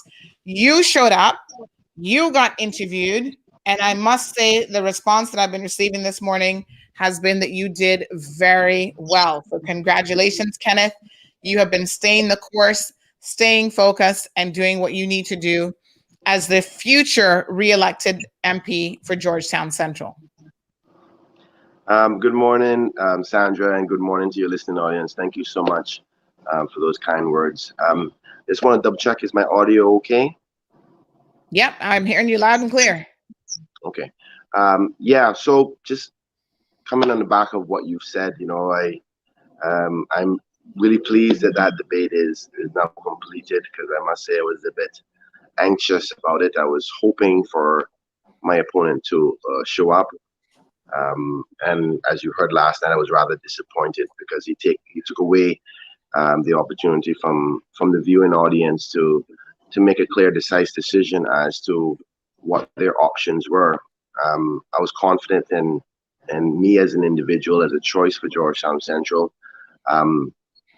But obviously he took that opportunity away from the people by not showing up. I'm more saddened by the reality of the example that he's setting. We tell young people every day to, you know, be prepared for work and fix your resume and go and do a good job at an interview. And I mean, are we saying that, you know, you can apply for a job and think that you can't even go to the interview and you're going to get it? I just think it's sending the wrong message. But it is what it is. It's his personal choice. I do not think that the excuse that he was having a meeting is a legitimate one. I don't think it probably is an honest one, because if my memory serves me well, I think the invite to the chamber meeting was well over a month and a half ago. And I want to check my emails to see when that happened. And nobody books a backyard meeting a month and a half away. To be honest, I don't even think anybody's signs are up other than a few candidates at that particular time. Exactly. So what I'm worried about is now he's starting to be dishonest and lie to the people about the reasons why he wasn't there.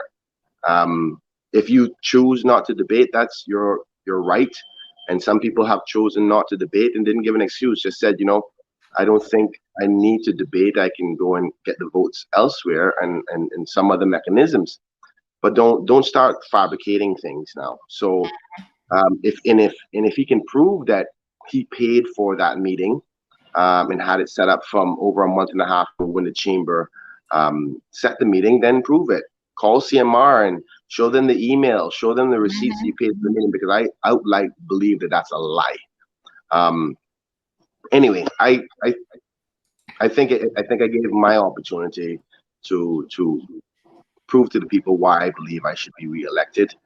I just think it's a bad message. I'm more concerned about the messages he's sending to the young people than anything else. You know, I was confident in my delivery about the topics and about the issues, but I hope no think that that's okay to do when you're applying for a significant role such as being an MP. I gotta be honest with you, Kenneth. The majority of these sitting MPs, from Makiva Bush all the way down, are not examples of anything that we want our children to follow. Your children should not be looking, and it's a shame because they are leaders in this community, but they're examples of what not to do. Between the womanizing, the overindulgence in things like alcohol, not paying child support and taking care of your children, not showing up for debates, being wholly irresponsible. They show up to, I heard about Mr. Frank coming last week to the inter-primary school day, literally for all of 10 minutes for photo op, and didn't bother to show up for the rest of the event. It's these things that on this program we're going to highlight, and I don't really care who likes it from who doesn't like it, to be quite frank. If it's factual and it has happened, we're going to tell the people about it, because the people need to stop being hoodwinked by the smoke and mirrors and all of the fancy footwork that tends to happen right before an election cycle when these people have not been working the entire time. As a matter of fact, someone said to me, all of a sudden now, Alden and Austin in their WhatsApp news group are super, super active, which, I mean, how can you not be active in a WhatsApp group? It's not like you have to do much except read the messages and respond. But before, they were hardly saying beep, beep, beep. But now everything is like, oh, yes, I will get on that. Oh, this road. It's like, really? You can do the most now, right before election, pretend like you've been doing something for the past 4 years, but you do not have us fooled. We know what is going on, folks. Wake up. It's time to open your eyes very, very widely. Now, Kenneth, thank you so much. I don't think we've spoken to you much since your meeting. You had a fabulous meeting, by the way. Your launch meeting was really, really good. I do see Wayne Panton is in the background waiting to come onto the screen. I must say that I was pleased to see Wayne come on screen with you, enjoying the conversation, supporting you, endorsing you on your platform. I do see your sisters here, Patricia. Patricia looks really good in that picture. Now, Patricia says we must leave poor Mr. Roy alone because people are entitled to change their minds. I don't know what AA means. Is that Alcoholic Anonymous? I don't know what she means by AA. They go through life as do we all. Yes, you are entitled to change your mind. And I would hope that you live a life that you change your mind all the time. Because if you're stuck in a particular mindset and that mindset just doesn't work for you, by all means, I think that means that you're probably not a very progressive person. Having said that, when you make a statement, a fundamental statement such as this about the party system, okay, about how it's really for, as Siobhan has said, sheeple, and for people to simply toe the line and do as they're told, they're nodding their heads. When you are in that type of a situation and you have a very, very strong opinion back in 2013, and you have since evolved, if that's what you want us to believe has happened, because like you said, people are entitled to change their mind. That type of mind change requires, in my opinion, an explanation of some sort. How do you go from that in 2013 to jumping right in after you got elected? Because remember, him and Winston and Conley were the only C4C members that got elected. And right away, immediately, they immersed themselves as part of the progressives government and as part of the progressive movement. As a matter of fact, to the best of my recollection, Winston got a consular position. Don't forget Tara. He was in the Tar Rivers. Yeah, and he was very much part of the PPM. They were not diverging from anything that the PPM had to say in terms of policy decisions back in 2013. So if you change your mind between 2013 and when you got elected, right? Explain to the people what happened. Why do you now believe in the party system? What changed your mind? How does this work? What epiphany did you have? What enlightening moment did you have? So I'm not saying that people can't change their minds. I think changing your mind can oftentimes be a very good thing. Mr. Wayne Panton, we're going to ask him because apparently Wayne has had a change of mind sometimes too. So I want to understand how it works. Wayne, good morning. Good morning. Good morning to you, Sandra. Good morning, Kenneth. And good morning to our wonderful Cayman Islands and everybody watching and listening. Yes. So Wayne, I want to address you in particular. Both you and Kenneth were part of the progressives, but you have changed your mind more recently about being aligned with that particular organization. You've actually told us why you've changed your mind, but for the benefit of those who may have missed that particular show, explain to us again, why are you currently not aligning yourself with the progressives at this particular time? Major disappointment with a lack of leadership, lack of demonstrating that they are willing to set high standards for the country, high standards for those members who are seen as the leadership of the country and are represented in our parliament. You know, there was also a clear divergent in terms of their lack of appreciation for the environment and their lack of understanding that people in Cayman were feeling that Cayman was basically being bulldozed over, paved over. Their children's futures were being mortgaged, eliminated. Whole range of issues. You know, feeling, young people in particular, feeling like they were being left behind, like they were being disenfranchised. And there, I think that is what has coalesced around a significant support for the environment. That is something that was building, and there were issues around there. You remember that there was an attempt to go back and basically try to find a way to sort of unravel significant parts of the National Conservation Law. But yeah, the final straw for me was the refusal to really even have much of a discussion about the issue around Mr. Bush and the standards that we should all expect, the standards that we as individuals, forget about being representatives, we as individuals would want the leaders in the country to set as examples and being role models for our children. Yep. Well, again, thank you so much for that explanation. Is there anything that they could have done? I'm just curious, aside from doing the right thing when it comes to Mr. Bush, is there anything else that they could have done to bring you back into the fold as Mr. The Premier, Mr. Alden McLaughlin, describes it? No, they needed to prove to me that there was a willingness to change their approach, change their perspective on these issues, and to not constantly take a position of pure political expediency. And that was all I ever saw. The only thing that ever seemed to matter was a way to basically fool people enough that they could retain power and control.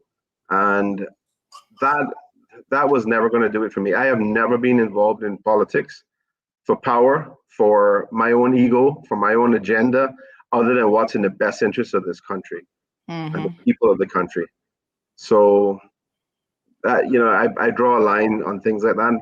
Now, there are some people who will say that is not pragmatic, or that's not practical, and you've got to compromise. I understand that politics is the art of compromise, but there are some fundamentals that you have to maintain. You can't just take any old standard. You can't throw things around and do whatever you want to do and then come back and say, hey, never mind about that. Trust us, we're going to do better next time, and we're still great.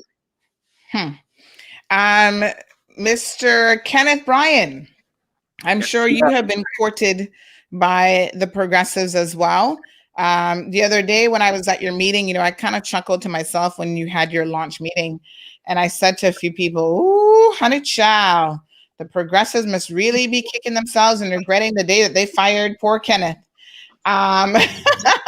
Kenneth, you've managed to accomplish a lot, largely on your own. And when I say on your own, I know you've got a fabulous committee and you've got fabulous workers in the community. I mean, politically, largely on your own. So you haven't necessarily had the support of any political party or, big brothers within the political arena, the other politicians, until they kind of saw what you were doing. And then they're like, boy, we better try and pay attention to Kenneth because things are going on in Georgetown Central. Are there times that you have considered recently returning to the fold when it comes to the progressives, or is that just a pipe dream? I think anybody who was ever elected thinks about the benefits of party systems as opposed to running on your own. It is lonely out here sometimes. And I want to say thank you so much, Wayne, for being beside me now. I think I can learn a lot from you, and I look forward to working with you, my brother. I honestly do. I've prayed about it, and I think you can teach me a whole lot because I'm ready to grow. But yeah, of course, everybody. My brother, it goes both ways. Thank you, man. I think everybody has, nobody wants to be by themselves, but it's that balance between what you stand for and what they're trying to indicate the party system to be like. Because party politics is not necessarily bad. It's how they run the party system is the problem. And if they actually followed the Constitution and listened to the grassroots people like they promised that they would, the progressives wouldn't be bad. But what has evolved since the creation of the progressives is now it's about a personality. Unfortunately, we've heard so many times about the UDP or the CDP in McKeeva, but I see the progressives have basically turned in exactly to what they were fighting against from the very start. Sadly. So I guess I personally think that there's going to be a development of another grouping, movement, party, whatever you call it, that needs to secure its principles of how you deliver representation, and keep into the direct democracy concept where people are constantly involved. If that can happen, I think the country is ripe for that kind of development. And days like this campaign, or within these campaigns, sometimes I worry if people are actually buying the story that they're selling. Oh, the independents can't work together. When in truth and fact is that many of us talk every day. I think me and Wayne talk almost every other day about what's going on, and many other candidates. We're just not coming out because we don't want the stigma of what they are presenting to the public. But yes, there needs to be better organization, and I think that many of us are learning some rough lessons. I have to battle that whole, he's only going to be by himself, when that's not the truth. I just haven't publicly told everybody who I'm working with in the background. Wayne, I think everybody knows now that myself and Wayne are working together. But I've thought about it as the answer to the question. Yeah, but I don't think that what the progressives have turned into is necessarily what represents how I believe representation should be done. And this has nothing to do with the people who support the progressives. So the people who support the progressives are Caymanians. Those persons actually gave me my first start in politics, and I'll always be indebted to them. The problem I have with the progressives is not the supporters, it's actually the leadership and how they run the party. So yeah, of course I thought about it, but I never drank the Kool-Aid, unfortunately. That's because we believe in swanky around here. We're not drinking the Kool-Aid anyway. The authentic stuff. So, Kenneth, thank you so much. I know that you're super busy. Tell us what you've got coming up by way of any backyard meetings in the coming week or so. Literally, we are 1 week and 1 day out now from 2 weeks, sorry, and 1 day out from the election. On April the 14th. So between now and next week, when we check in with you again, what do you have going on? Well, right now I'm focusing on postal and mobile ballots. Those are things that, a lot of numbers for votes are there. So I'm not going to be having any more public meetings between now and Easter. Unfortunately, a lot of people are focusing on bigger meetings because of the short time frame that we have available. So I've put that on hold. I want everybody to enjoy the Easter, not all day and all night. They want to hear about politics. I want to go spend some quality time with my people. I'm going to do one big meeting in Tropical Gardens right before the end of the campaign. I haven't decided yet whether I'm going to do the traditional last meeting that night before election, because I think that it may be best suited that we have more of a celebration afterwards. I think that most people would probably have their thoughts and minds about who they're going to vote for by the night before elections. So this time now is more quality one-on-one as much as I possibly can over the next few weeks, but one big meeting for Tropical Gardens. The Tropical Gardens is a very important area in my constituency, and I want to do that one in the appropriate, balanced way and give them the opportunity not only to tell them what I want to do, but to interact with them. So that will be after Easter. But Sandra, thank you so much. Wayne, have a great show, and I'll talk to you a little bit later. Cayman, make sure you vote for Wayne in Newlands, okay? We're working together, and I think we can definitely, we can both as a team offer Cayman a very strong asset to the solution finding process in democracy. All right? Awesome. Thank you so much, Kenneth. Appreciate it. Support Kenneth Bryan as well. Kenneth for Georgetown Central. Yes. Thank you. Clear choices. Some clear choices are definitely emerging here, folks. So Wayne, you've been sort of in the limelight, I guess, is one way to put it, as of late. Last week, Thursday, there was a meeting in Newlands for your opponent, one of your opponents, because I know we often forget that it's not just you and Alva Saku running in that race. There's actually 4 of you. And so Alva has made the decision to team up with the progressives. First of all, a few great comments came in. So Kay said Panton for Newlands 2021. Mir Star said to turn up the sound, Wayne. We hear you loud and clear. Cece says if Al didn't have the power or strength to tell McKeever to step down, How does he have the power to run our island? Merstar also says good morning to Wayne. And let me just see, I think I missed. Gabby says that the progressives are selling out the island. You'd be lucky if in the next 20 years you can have any beach to go camping for Easter. Caymanians are always being put on the back burner. So some very interesting comments coming in. Miss Bonnie, of course, is saying good morning to Wayne. Absolutely. Good morning to all. Yes. So Cece says, when voting, remember you're not voting for yourselves, you're voting for your kids' future and your great grandkids' future. Come on, Cayman. For far too long, PPM has been selling us right from under our feet. So Gabby says, time for new government that believes in Caymanian first. Mirstar also says Wayne Panton for 2021. Paula, hey Paula, how are you? Paula says, gentleman's hour, love it. And a few people. I love that description. Yes, indeed. Bonnie agreeing with Kenneth's comments, as well as Mirstar says Chris Saunders, Wayne Panton, Kenneth, all making a dynamic team. Of course, we know that Wayne is also working with Heather Bodden for Savannah and Ozzy for the district of Bodden Town East. Yeah, Bodden Town East. Yes. I always want to say West with that one, but there we go. And Bonnie also says Wayne Panton 2021 for Newlands. So Wayne, they got on the platform with all of their shenanigans, and I tried to address it yesterday, but of course I want you to fill in some gaps for us and to give us a hard dose of the truth. Now, one of the allegations that has been floating around, and I don't even know why anyone would try to make a big deal out of this. To me, this seems awfully petty and silly, but they've been talking about this community beautification project that you have undertaken. And they have said that this Jackson Park, I think that's the official name, there in Jackson Wall, my apologies. Jackson Wall Park. Yeah. Yes, is somehow an issue. So give me 1 second here. Let me just pull up some notations.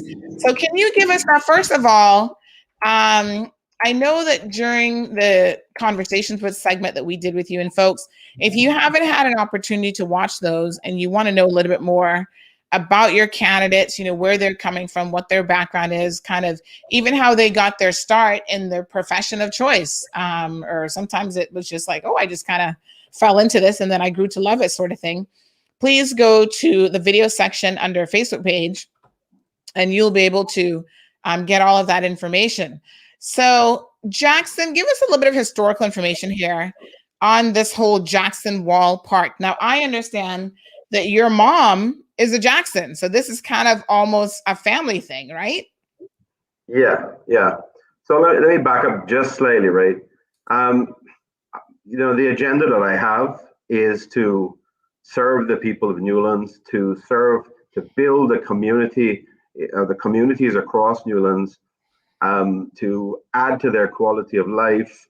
And one of the focuses is doing things like landscaping projects that helps to beautify the area. You know, there's nothing better than coming home or going back and forth and seeing beauty and, you know, beautiful landscaping and this sort of thing. So I'm kind of surprised that this has become an issue, but last year, when we were looking at a variety of these things with my committee members, we identified this one area, which is a little sort of LPP, land for public purposes piece of land, which is in between. It's bounded on one side by Hearst Road and on the other side by Milton Drive and by College Close. And it is in front of the property that was donated to the National Trust, which has the original sort of Jackson, what's referred to as Jackson Wall, which is some very old stone steps, which were a part of the original house that was there at the time. Now, I'm a Jackson. My mother's a Jackson. This property is that the National Trust now owns was the home of, I think it's my great grandfather. Maybe I missed one great in there. But it's my heritage. It's my family. The people that own the property there, those were my family members that owned it. They donated it to the National Trust. But that piece of land is separate and apart from the smaller little piece right at the front of the road that we were doing this landscaping project on. So how this all came up, it seems to me that I did a quick little video for my committee members a while ago saying, hey, this is where we've gotten to with this, and isn't it looking nice? It's going to be really nice once everything grows out. And I guess it got shared around and they must have gotten access to it. And suddenly that becomes the topic of this discussion in their meeting. You know, it was so disappointing to see a bunch of grown men who claim to be leaders in the country want to project themselves as statesmen, want to project themselves as leaders in the country, getting onto all this petty little nonsense, rather than talking about issues and the national solution to issues. They brought along someone who is, you know, a friend of the premier's, and he's known to be his sort of pit bull when he wants to suck him on people and say things that he doesn't want to say himself. And that's, you know, between him and the incumbent who got up there and actually made an issue of this park, you know, they really went on terribly. I don't think the whole time that I've been involved in this campaign, I have not attacked a single person. I've talked about issues. I've talked about proposals to improve our community. I've talked about the fact that I'm focused very much, at least half of my efforts, I want to have focused on building my community into being one of the best, if not the best community in the country. You know, forget about the fact that it's largely middle class and I live right in the middle of it. There's no reason why it can't be one of the best, if not the best. And their approach is to introduce all this petty stuff and a load of nonsense, a load of misrepresentation, a load of lies.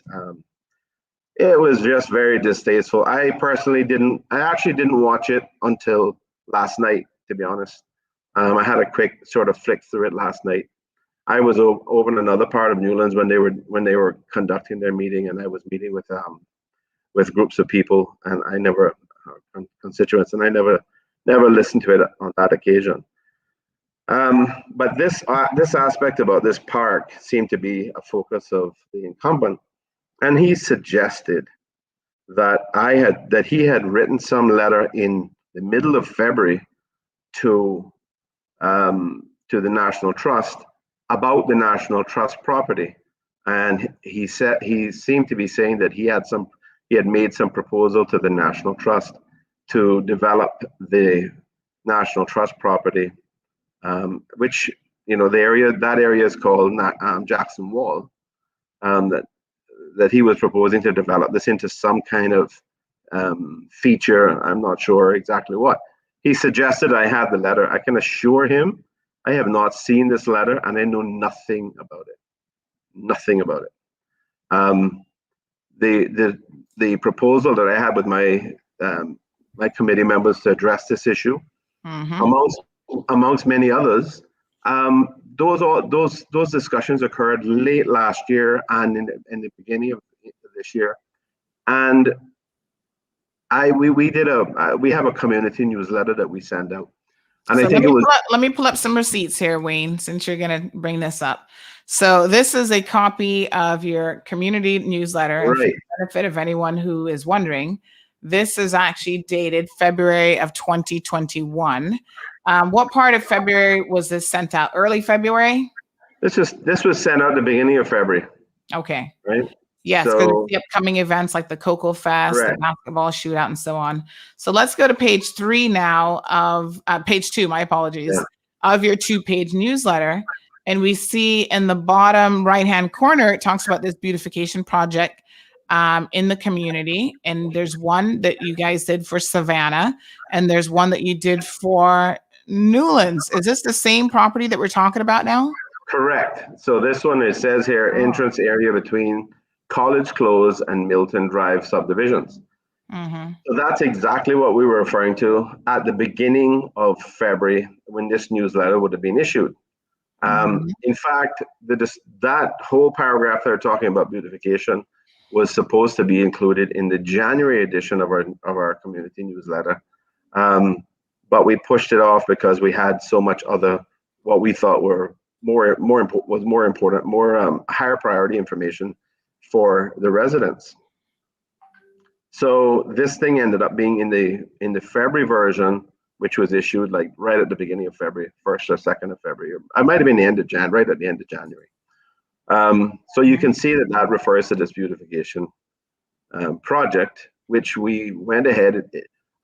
These things don't happen overnight. This had been planned for a while, and drawings had been prepared and whatnot. And it took a while for the landscaper to actually get around to doing it.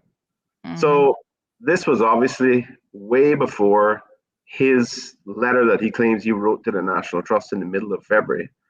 And it had absolutely nothing to do with that. I know nothing about any letter. And in fact, he also made an allegation that there was some damage to the Jackson Wall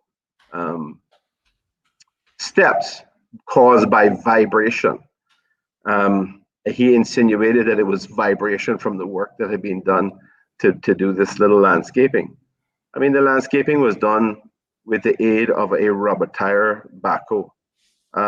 There is no way in this world there could have been any vibration.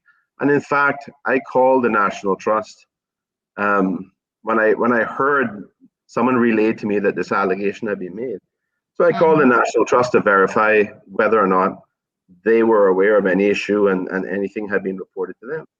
And the director said, no, we don't know anything about that. There's nothing, no allegation has been made, no concern has arisen, and we ourselves have not noticed anything. The reality is the whole thing was a farce. It was a made up farce to try to deflect away from the fact that this little indication of our intention to beautify our community was somehow making him look bad that he hadn't done anything in 4 years, right? So that's what it is. But he has a history of that kind of thing. I mean, he's suffered. I've known him a while. I remember in the past when we were political colleagues, there was this constant paranoia from him. I remember when before we were even elected, he was calling me every day, telling me, I gotta meet with you because these guys are telling me that Alden's going to do this to me and Alden's going to do that to me, and I'm really concerned about that. I can't imagine what Alden is in for, having him on board again. I know what I went through. I know the history that he has of misrepresentations. And I say that not lightly, to be honest, because, but I say it because he stood up there and basically tried to attack my integrity by suggesting that I had taken some idea of his. Listen, it's very clear from the facts. It's very clear from what we've even just demonstrated here that that's not the case. I'm not interested in what he's concerned about. I'm not interested in his little ego. I'm interested in getting things done for the community. And that's the only reason we're looking at these kinds of things. And it's very clear that we were dealing with this stuff way before he decided. Maybe it was the other way around, to be honest. Maybe he saw stuff getting done. Maybe he read the newsletter, and maybe then he decided he had to make some, take some step to try to appear to have been doing something. But all of this to me is petty low-level stuff, For sure. I care more about what we are going to accomplish for our communities on this platform that we call Community Creates Country. And let me talk about your newsletter, Wayne, because I think we mentioned this before, but for the past 4 years, you have continued to work in the Savannah Newlands community, you along with Heather Bodden, and you Right. maintained your office, which was the former PPM headquarters for the area. You personally maintained that out of your own budget, not a budget that the government was giving you to have employees and pay rent and all these other things. You've done that yourself. And you guys have obviously been doing newsletters and other community projects. So I was very surprised to see this nicely done professional newsletter telling people all sorts of things about upcoming events in the area, the importance of giving blood and supporting the blood bank, and even growing fruits and vegetables at home. So having a backyard farm. These are good practical things that I think that people love to see. I especially enjoy this section here about kids in the kitchen. How long have you been doing your newsletter? It does says that it's the Savannah Newlands, the Sav New Kodak, which I know Heather has worked closely with for many, many years. Yeah. But how long have you guys even been doing a newsletter? I think that's fantastic. To be honest, the newsletter has had a bit of a sort of checkered history in that it was done for a while, then it was stopped for a while, and then we basically restarted it at the end of last year.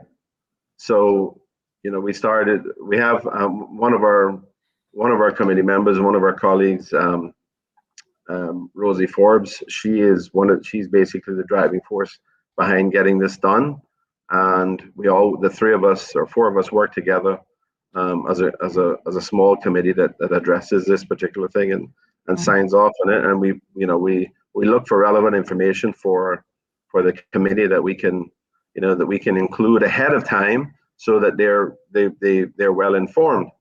And we're going to develop that further. We're going to make sure that it'll probably grow to 3 or 4 pages as we add additional information that we think with links and everything, and that we think people are going to be able to utilize and benefit from. So yeah, the whole thing that happened that night was, the information and the comments that I've had from people was that they responded negatively, that it was very distasteful in their minds. And personally, for me, it was disappointing but not surprising, especially all the nonsense that was being said by Tony Powell, who seemed to be portraying or acting out various conversations he had with me, which he must have been in his own head, because those conversations didn't exist, didn't happen. But he made a lot of spurious allegations that were just nonsense. He took, as usual, you take factual events and then you spin them however you want. So people think, oh yeah, I kind of remember that. So, they hope that you believe their version of history. But you can't rewrite history. Anybody that wants to find out can go back and have a look at it. And, in politics, there's a practice with some people that you get someone else to say the dirty things that you don't want to say yourself.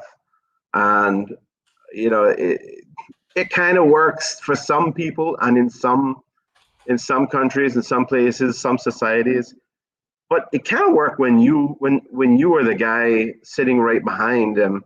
You have the premier and you have the chap who they're hoping will end up being premier, sitting right behind as former colleagues who would have participated in every decision that was made when I was in government.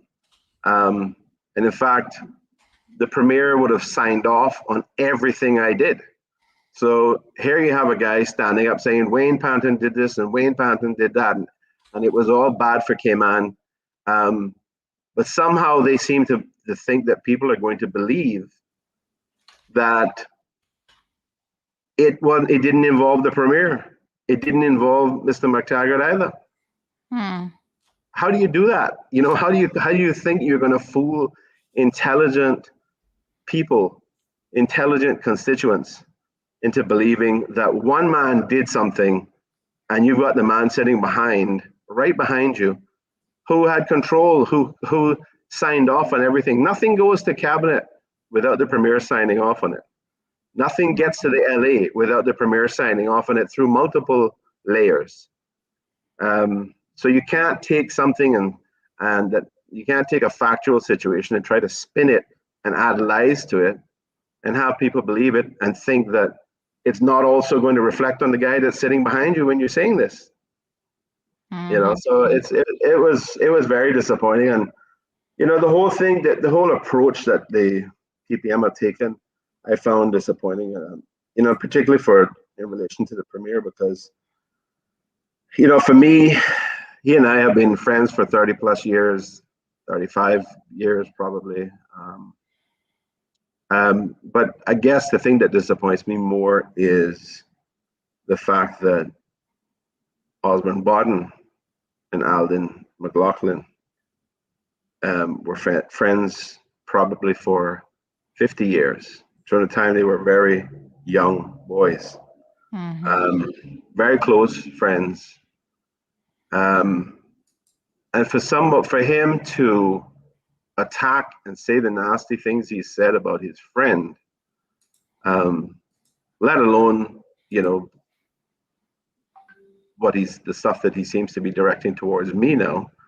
Because remember, he said he came to Newlands to bury me, not to praise me, which is an interesting thing in itself. If you understand the story of Mark Antony, who was in the Shakespeare Julius Caesar play, Mark Antony wasn't there to criticize Julius Caesar. He was there to, and he was saying those words that that today I have not come to praise Caesar, I've come to bury him. That was taken completely out of context. What Mark Antony was trying to say there was, all of you people who conspired against Caesar and murdered him, including Brutus, his best friend, who stabbed him in the back, you guys ought to be held responsible by the people. So Mark Antony was there using those words to stir up the anger of the people, which he did successfully against those conspirators. So I found that a very interesting contextual, really opposite contextual use of those words by the premier. But my point was, getting back to it, is it really worth throwing away 30 plus years of friendship and 50 plus years of friendship with individuals who did nothing but supported you, did nothing but back you in at times in the most difficult of circumstances, and at the same time you are prepared to provide protection for an individual that you were at war with for 20 plus years, who was your avowed nemesis for 20 plus years. And I'm talking about Mr. Bush, of course. So he's prepared to provide cover for him. He's prepared to ignore the fact that he was convicted of, behavior that should never be held up as an example to our young people of how we treat anybody, much less women. But he's prepared to do all of that and provide cover and protection for those kinds of circumstances. And at the same time, he's prepared to throw away, decades of friendship with other people. It is truly, truly disappointing for my friend who I supported and I held up as a statesman in our country. It is truly disappointing. And I don't say that lightly either, because it is very disappointing. But he will say to me, well, this is politics, and he'll say, I'm going to be ruthless and all that. You know what? I think there is politics, yes, but you don't have to be completely lacking in principles. You don't have to throw away all your values. You don't have to throw away all your friendships to disagree with somebody. He could just as easily have gone to Town and said, look, Ozzy's my friend, but I don't agree with him. And on this occasion, I'm supporting John Seymour. And here's why I'm supporting John Seymour. This is what John Seymour plans to do for Town East. And I think his plans are better than my friend Ozzy Bodden. That's not the approach that was taken. They went deep down into the gutter and all kinds of silly name calling and speculation and personal attacks, and that is uncalled for in this country. We can have a political discourse, we can have political discussions, which don't have to involve that kind of thing. And it's truly disappointing that we can't set a better example for our young people. Because if we can't do that, then how in the hell do we expect them to grow and improve and become the kinds of leaders that we want to see them be in the future? Yeah, I mean it's unfortunate, but I've often said in the world of politics, I know this is probably not really the right analogy, but you know how the saying says there's no honor amongst thieves. I feel like there's no honor amongst 90% of politicians either. They will do what's politically expedient for them to do. It kind of reminds me of US politics with Ted Cruz. He was talking about how Trump was not fit for office, and boy, did he didn't even do a 180. He did a complete 360. He just flipped, did a full circle. So, it's one of the reasons why people oftentimes look at politics with a little bit of disdain, and they don't trust probably many politicians at all, because a lot of politicians are in it for themselves, and it's just a very self-serving profession by and large. So, Wayne, I'm glad that we were at least able to set the record straight in terms of the whole park situation. Like I said, it's petty, but I understand the necessity to make sure that people are engaging on a factual basis, because there will be people who will look at this and actually believe what was said on that platform. Just like on a more serious level, they will get up and believe the premier when he says that or the acting premier, Mr. McTaggart, when he says that there is no room for McKeeva Bush in his next government. Well, technically he said in cabinet. I don't think he said anything about him being speaker again, which I thought was very, very telling to avoid that part of the conversation. Yeah. But the bottom line is people will say whatever will get them elected at the time. But that does not mean that we, the people, cannot dissect that information for ourselves and pull it apart and really try to make some sense out of the nonsense. Well, I think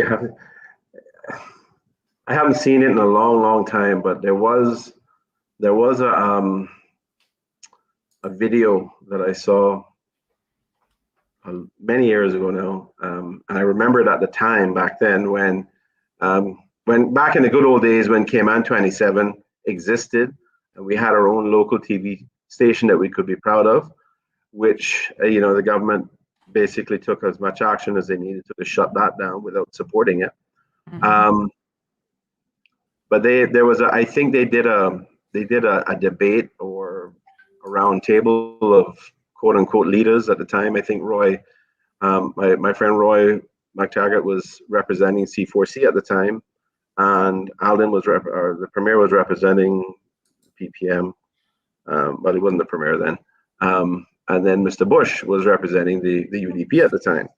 And I recall that Mr. McTaggart looked over, and I think he may have aimed it at both at different times, but I know for sure he looked over at our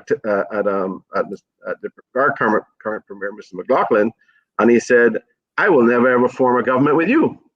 And it was it's hilarious, looking at these types of things in hindsight. Because now he is the leader of the PPM. I think you mentioned earlier that you put up a quote from him Mhm. talking about party politics as well. Look, I believe in organized politics. I believe that's the way you get things done. But I don't believe in having a group of yes people around you. One of the things my friend Mr. McLaughlin has said in the past, numerous times in my presence, and oftentimes when we were together on radio, maybe even TV, he would say something along the lines of, "I never learn anything from somebody who agrees with me."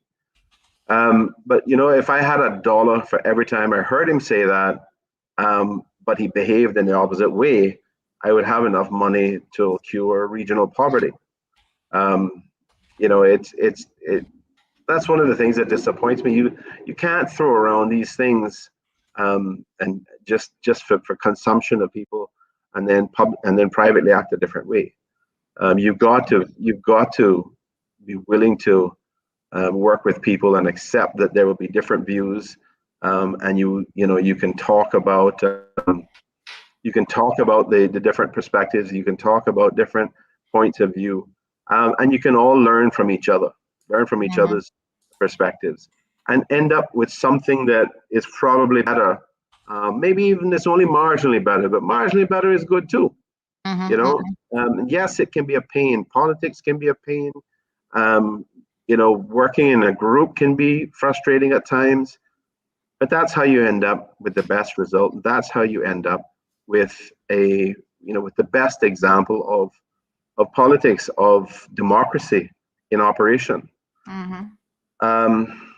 This suggestion that when I want you to have an opinion, I'll give it to you, is not something that works. It doesn't work that way. You're never going to build people around you who are enthusiastic and who are engaged and who are willing to help you grow something. And that's another problem which has exhibited itself in the current leadership of the PPM. The PPM as a party has died the same death that the UDP died, or CDP, whatever it was ended up being called, for the same reason. Because you don't want people who are able to, and you don't respect the views of other people.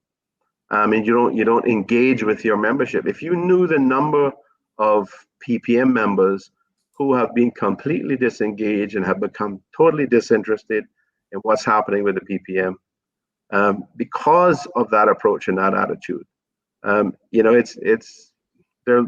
legion now. And that's why the PPM is as a political party exists as a skeleton only at best, which doesn't follow its constitution, which doesn't respect the views of its membership because they don't engage with it. The membership is dwindling. The engagement is non-existent, and that's why we are where we are with politics in Cayman, and that's why we end up with these desperation moves and putting people up on stages to attack other people for no good reason. That's why you have people who are flip-floppers and double-minded people. The Bible talks about a double-minded man. A double-minded man is a man with an unstable mind. They're inconsistent, they're vacillating.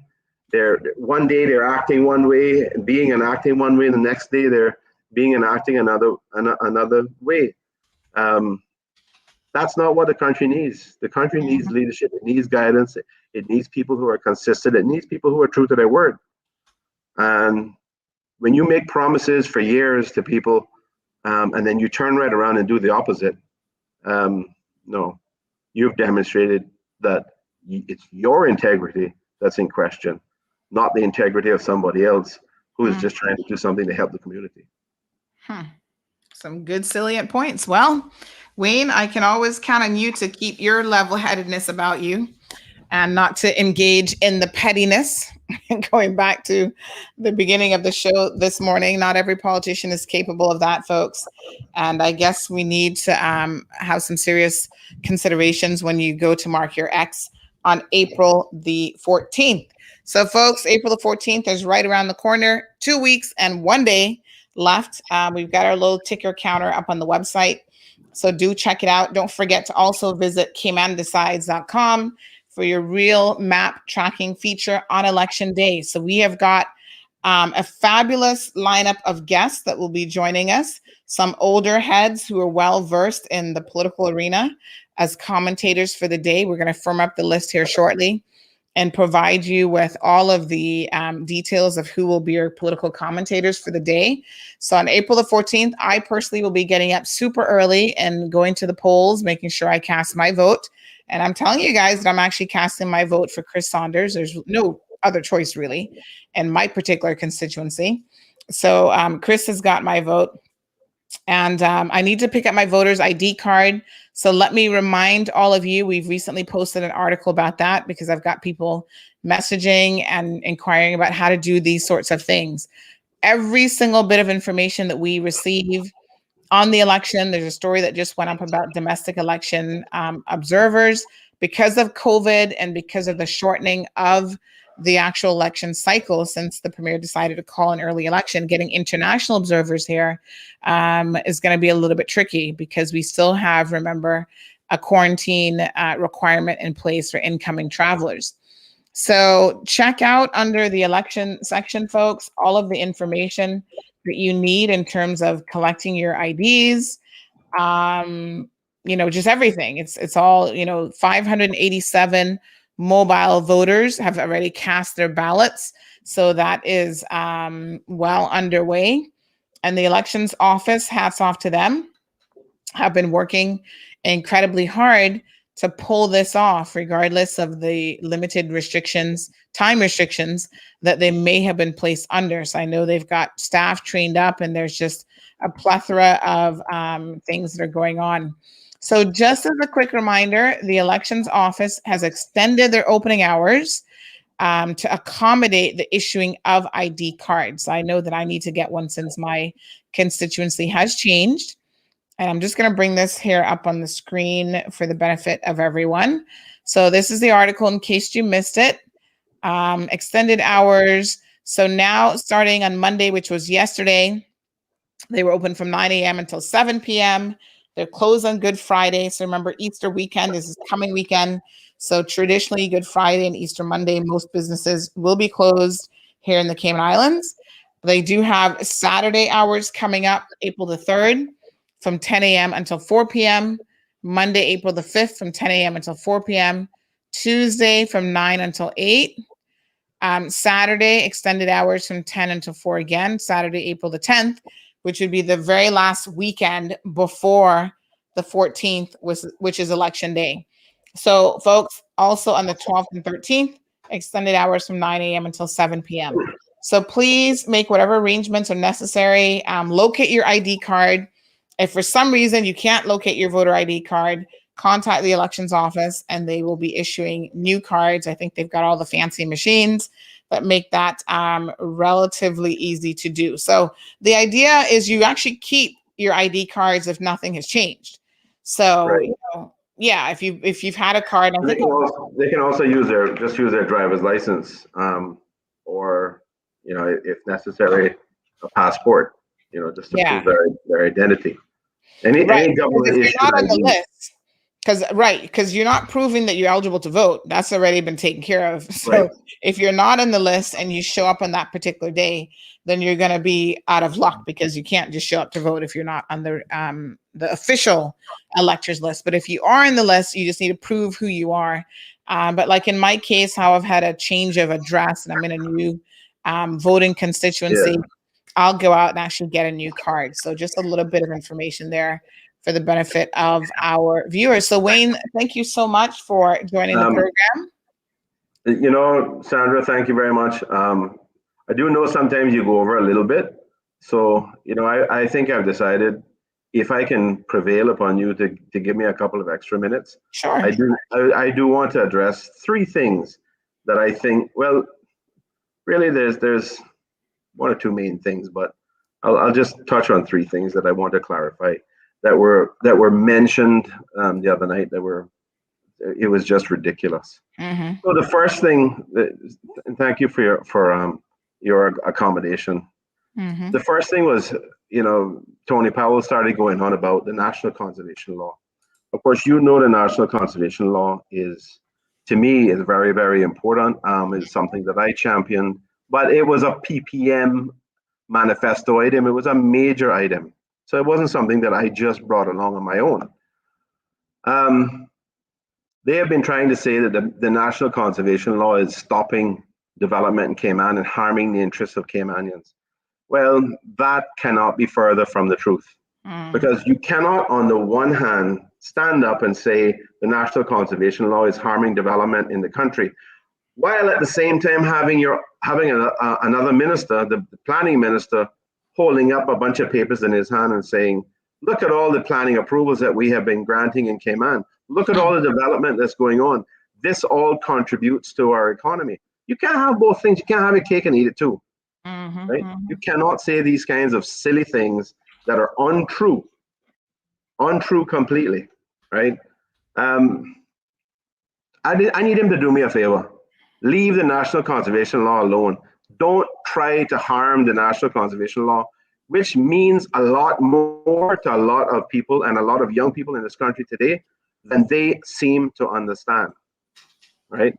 But it is not a problem. It is not stymieing development, but leave it alone. Don't go after the National Conservation Law to try to attack me. I'll try to find something else that they can attack me on. I just don't want them trying to attack the National Conservation Law.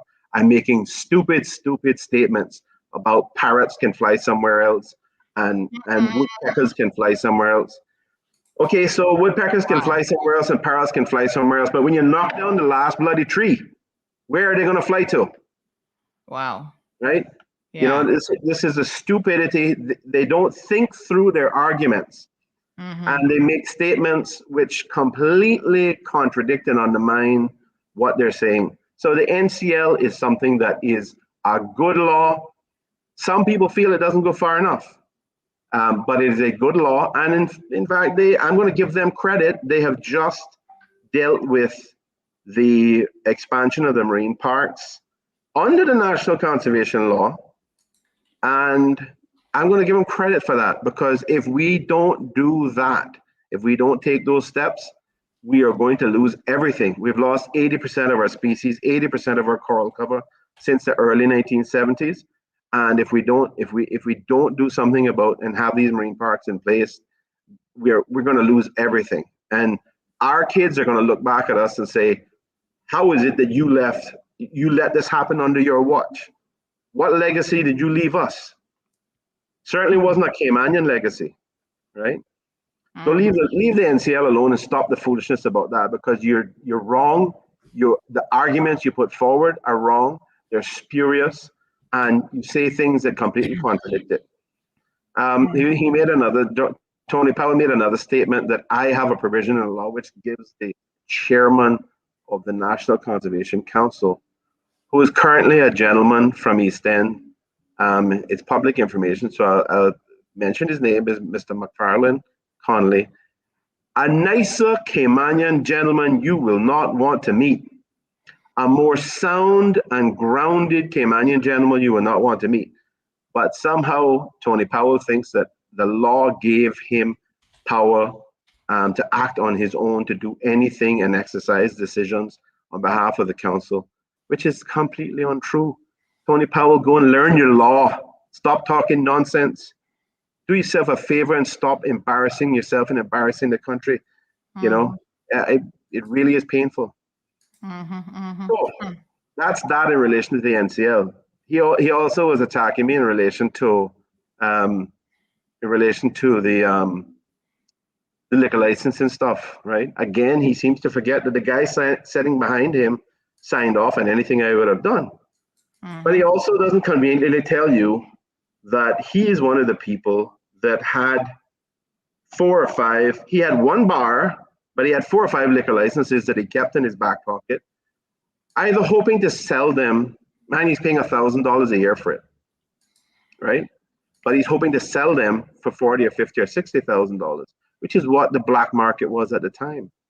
At the time, you couldn't get liquor licenses, and anybody that wanted one would have to pay an exorbitant amount of money from someone like him, who had a bunch of licenses that he wasn't using. And if he didn't sell them, he was possibly leasing them.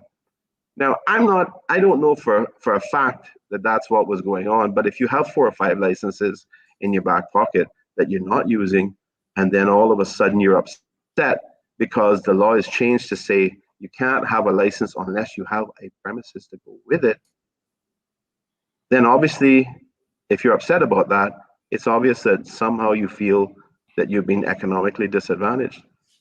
All the government, all I was doing as the minister, all the government was doing, all his friend, the premier, was doing, because he signed off on everything as well. All we were doing was trying to make sure that every single Caymanian had the opportunity to do whatever Tony Powell was doing. The government is the body that issues licenses for people to do business. It should never be Tony Powell who has the ability to say, if you want to do business, you got to pay my prices for my licenses, right? That should never be the case. So we dealt with that issue. We said, you can't have licenses unless you have premises as well. And if you can satisfy the requirements to have a license, then why should you not be able to get one, right? I don't drink, I don't smoke, you know that about me, Sandra. But that doesn't mean to say that I think that, you know, people shouldn't necessarily be able to do this in moderation if that's what makes them happy.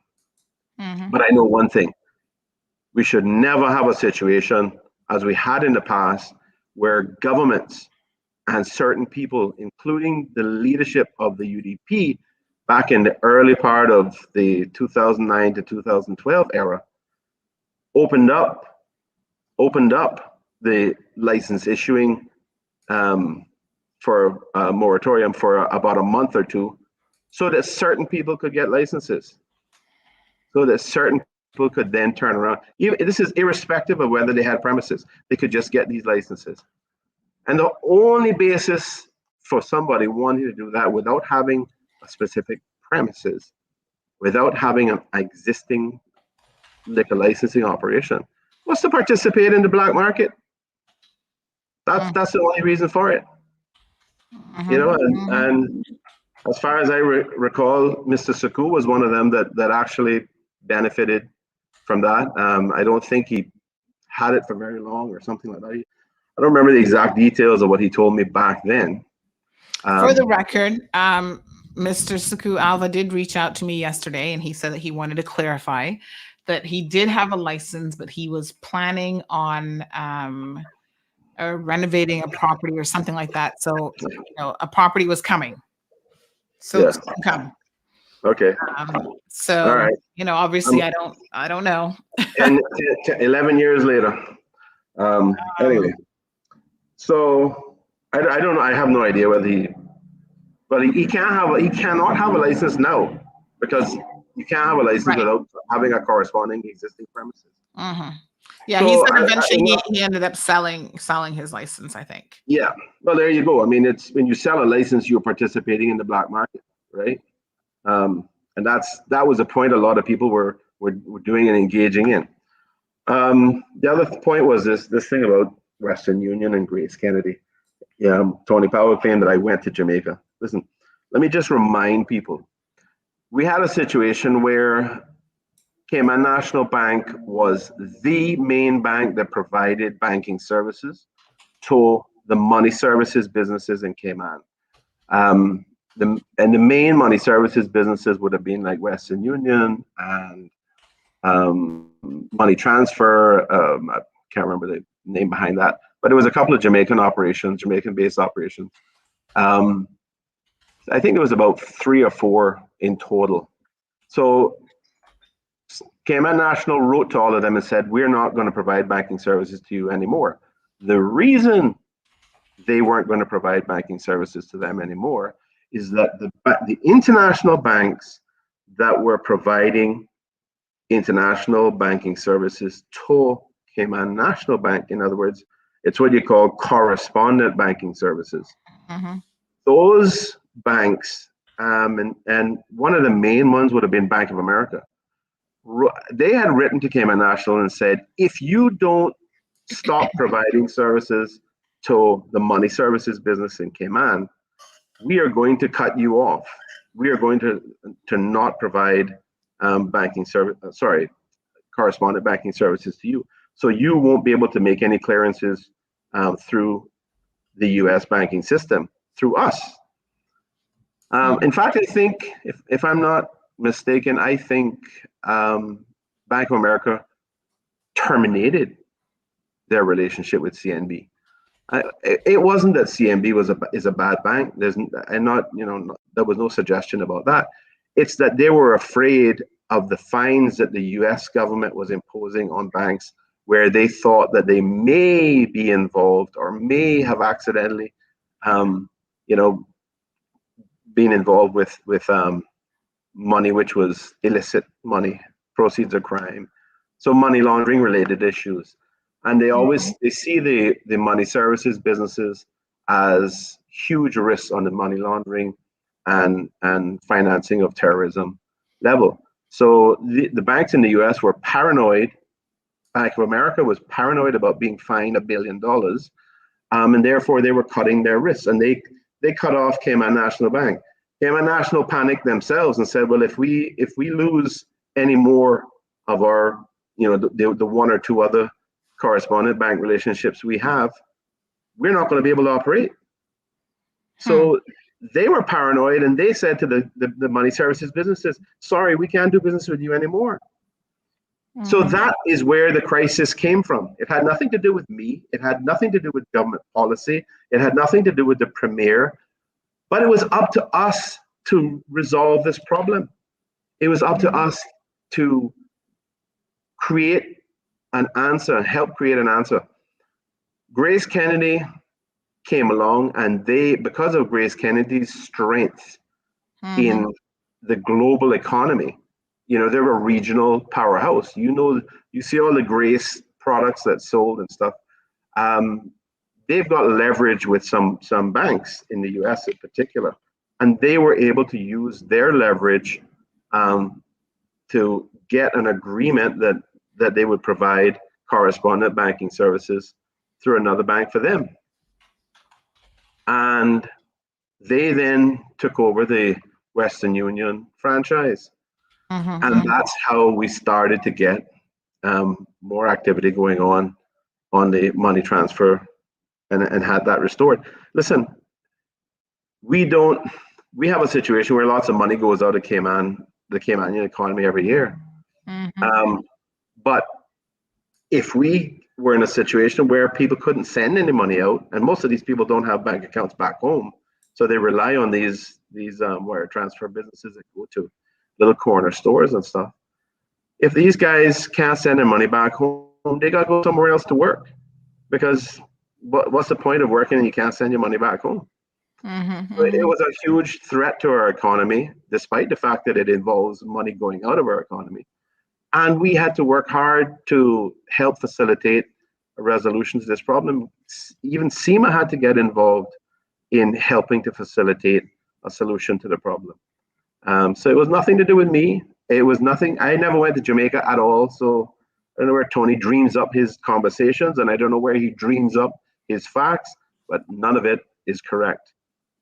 Listen, they ought to know that. I was going to say that we do know that the premier spends an exorbitant amount of time there at South Coast Bar. So maybe the premier is giving him this information after a couple of drinks, and the source is inaccurate. So, I don't know if we should be blaming Tony. He might just be the parrot that's regurgitating what he's hearing after a couple of drinks. And maybe what he's hearing just doesn't make any sense for obvious reasons.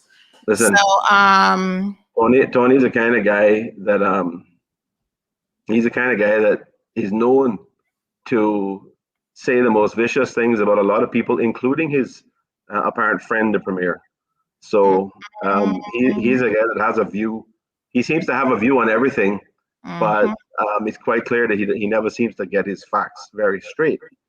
So that whole nonsense about that was just, it was a complete misrepresentation.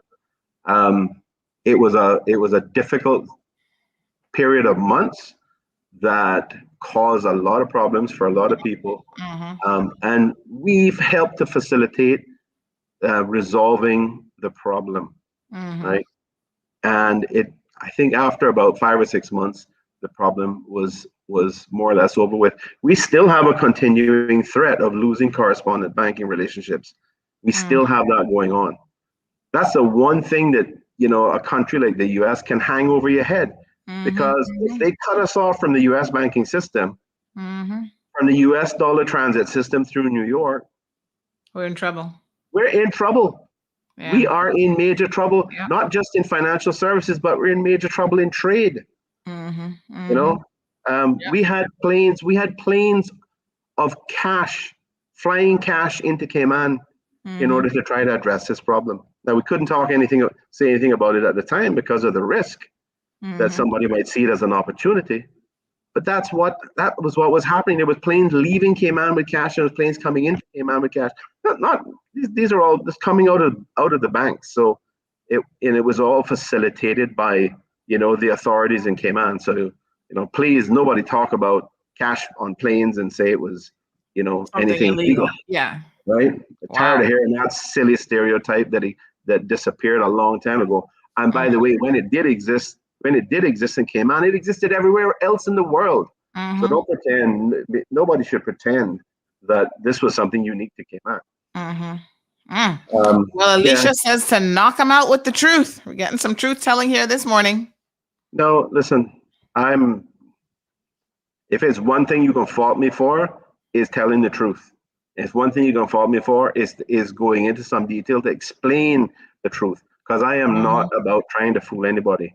I am about trying to help my country, help my community, and help address the issues that are really important. And I don't intend, and I dislike having to say the things I've had to say this morning, even though I've said it in the best way that I think I could to just clarify the situation. Because look back at my track record, I know I don't go and attack people. I am not nasty to people. I try to be accommodating. I try to be bipartisan. I remember the premier telling me in the past that he was laughing at me, saying, yeah, you're going to learn you can't be bipartisan, but then people over there, blah, blah, blah. But you know what? I'm one of these people that I will continue to try. I will continue to respect the other side. I will continue to respect other opinions and try to work through a process where I include everybody.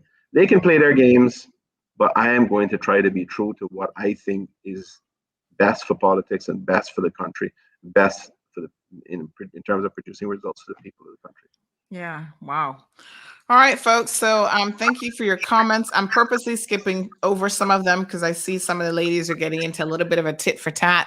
And we've had enough of that pettiness already.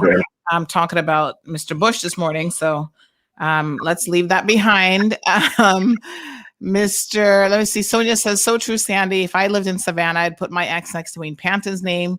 Praying for your success, Wayne.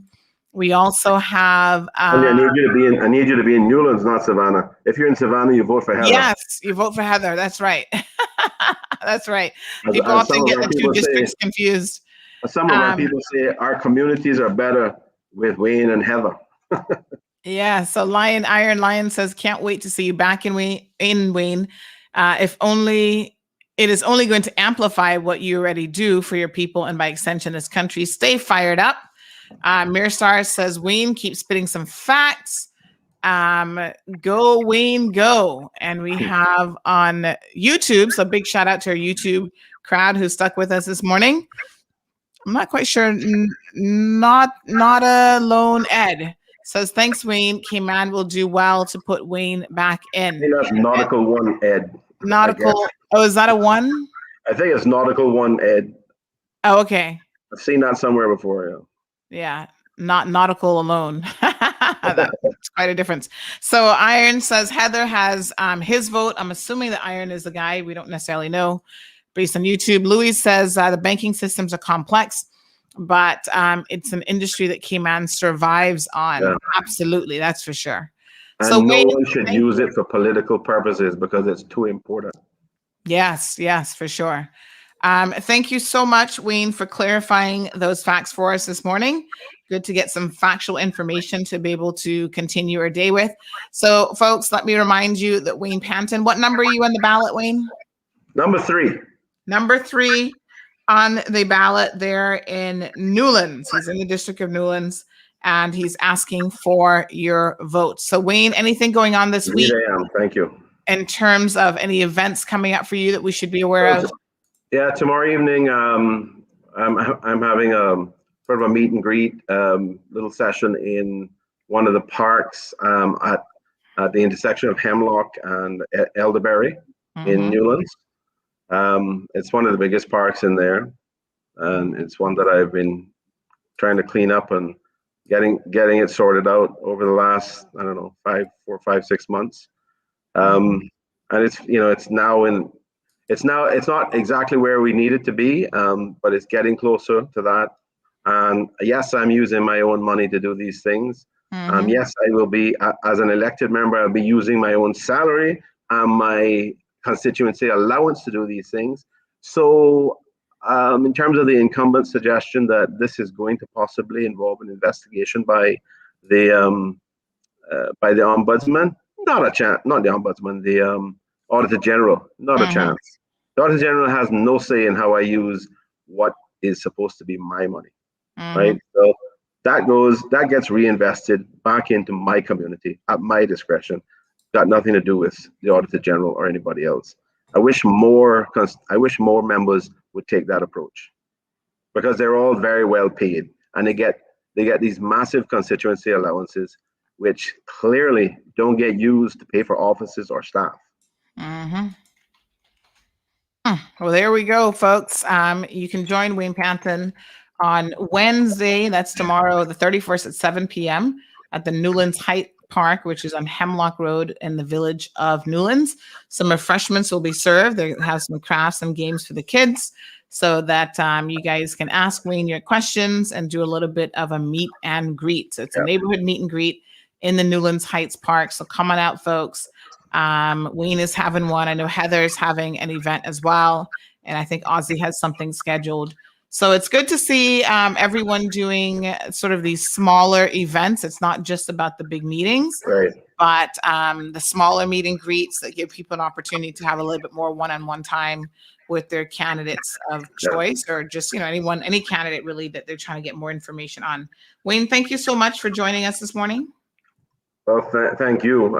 As always, it's a pleasure. You know, the platform and the services you provide are invaluable, particularly when we have no TV station, thanks to the government. And you know, I think you do a great job. And you know, the fan base and the loyal followers that you have are always great, wonderful people. But you know, there is a lot of people outside of the people that you see commenting that watch this thing on a regular basis. And I know that. I have learned that from experience, going around and having people say, I watch this and I watch that and I listen to this, I listen to that. Yeah. And what is most gratifying for me is to have somebody say to me, as I've had many times now, you guys have given me a reason to go out and vote, because I hadn't planned on voting, because I was so disillusioned with people flip-flopping. I was so disillusioned with the apparent lack of respect that has been provided by the current leadership, by the government. Yeah, You know, and I tell you what, really Wayne, you probably didn't miss that article, but CMR has been, you know, sort of objectively now cast as having the #1 news website here in the Cayman Islands. Tower Marketing's report has come out some weeks back. And, you know, we were able to just say, you know, what it is. And we've known it for a while, but it's good to get some independent confirmation of her status. And what I found so much more fascinating is when I looked at the numbers, 60% of our readership is Caymanian, which I think is fantastic, because that was always my vision for Cayman Mall Road, hence the very name, because a Caymanian knows what the Mall Road is. The only people that ever questioned me, well, what the heck is Mall Road, were people who, might have been a little bit new to the island and had no idea. But, Caymanians got the concept from right away. Some, it took them a minute to kind of warm up to how we were doing things. But, 60% Caymanian, and of that, some 46% are registered voters. So I say that if you really are trying to reach the people who will be casting their votes on April the 14th, this seems like a no-brainer in terms of a platform, one of the platforms on which to do so. Yeah, well, I mean, there's one important point I want to make, which came from your statement there about the percentage of voters. In this country, we have a working population which is greater, non-Caymanian working population, which is actually a little bit greater than our Caymanian working population. But we all have to live here together. We all have to get along together. We have to make Cayman, we have to collectively work together to make Cayman the best that it can be. So whether you can vote or not, I mean, it's your point about the voters is, the percentage of voters is spot on in terms of political discussions and making sure you reach people who can vote.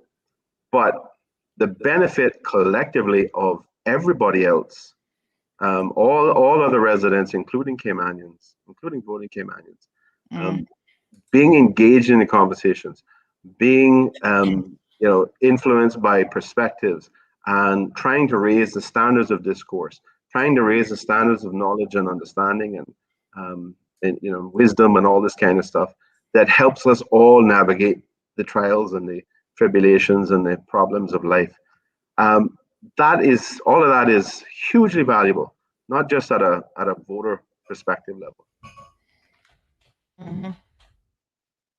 Well, thank you so much, Wayne, for those comments. And I think that, the comments and feedback that I receive on a regular basis speaks to the fact that people, especially during this election cycle, really want to know, what is happening and what's going on. And I'm going to share a message with you guys here in a second if I can get this up in time. I'm not the best at, we were talking earlier about some of these memes and stuff that go around. I can assure people that I don't have that skill set. I may have other skill sets, but I definitely don't have that one. I don't use Photoshop or anything else. I kind of think that I probably need to learn, because sometimes I get a good meme idea and I'm like, darn, only if I knew how to do it. But Wayne, I'm gonna let you go. I know that you're extremely busy and you've got lots of one-on-ones and additional meetings that you're having with people. So once again, thank you so much. Let me just check my calendar now. Today is March the 30th. So you are back with us on, let me just see here. I got my little piece of paper here, Charles, so I can remember. So today is the 30th, and Wayne, you're back on April the 8th. So folks, if you want to hear more from Wayne Panton, tune back in on April the 8th.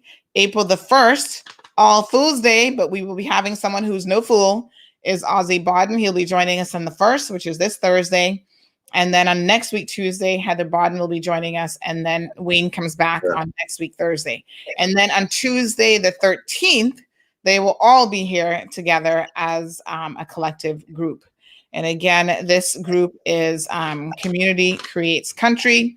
Heather Bodden, Wayne Panton, and Osborne Ozzy Bodden have been working together.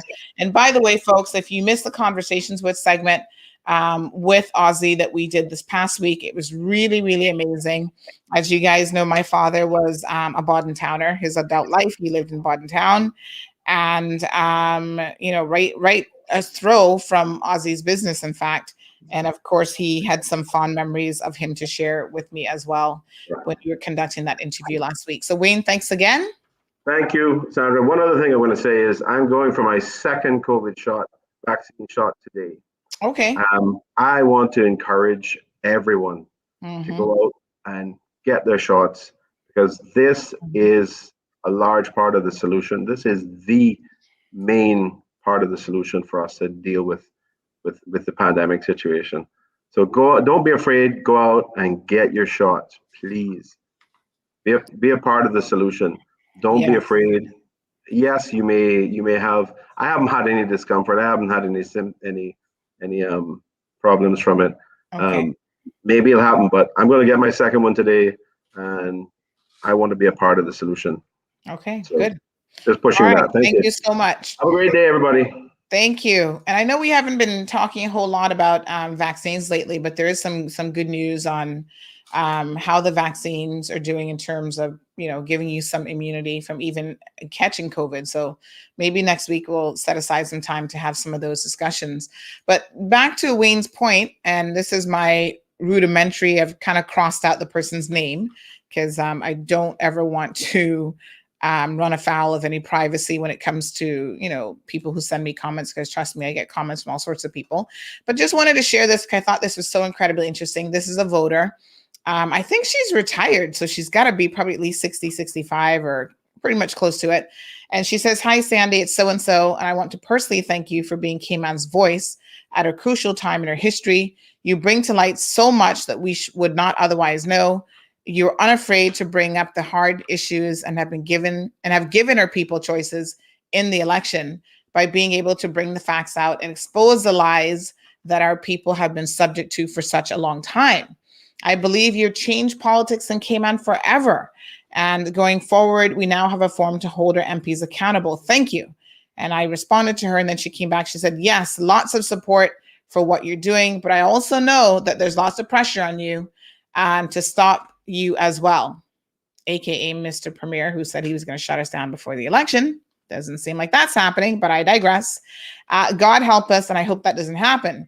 Because of you, I now feel that I can get involved in the politics of my country and let my voice be heard in holding them accountable going forward. I want to see this dialogue continue after the election from the standpoint of grading them on an ongoing basis of how they're doing on the job, not wait for another 4 years again. Let's hold them accountable. And if you need me, let me know. So thank you so much for that contribution. And those sentiments are well received, I can assure you. Another viewer on WhatsApp sent this to us this morning when Mr. Panton was talking about the environment. And this is an old Indian proverb, a Cree Indian proverb that says, "Only when the last tree has died and the last river been poisoned and the last fish been caught will we realize we cannot eat money." I know I can't eat money, folks. I don't know about the rest of you, but I'm very, very cognizant of the importance of what we have in our environment. And you cannot always have it both ways. You cannot destroy the environment on one hand for the sake of big business, and then on the other hand, say that you are all for protecting the environment. Sometimes you've got to give up the almighty dollar in order to make sure that we're saving, what is also precious to us.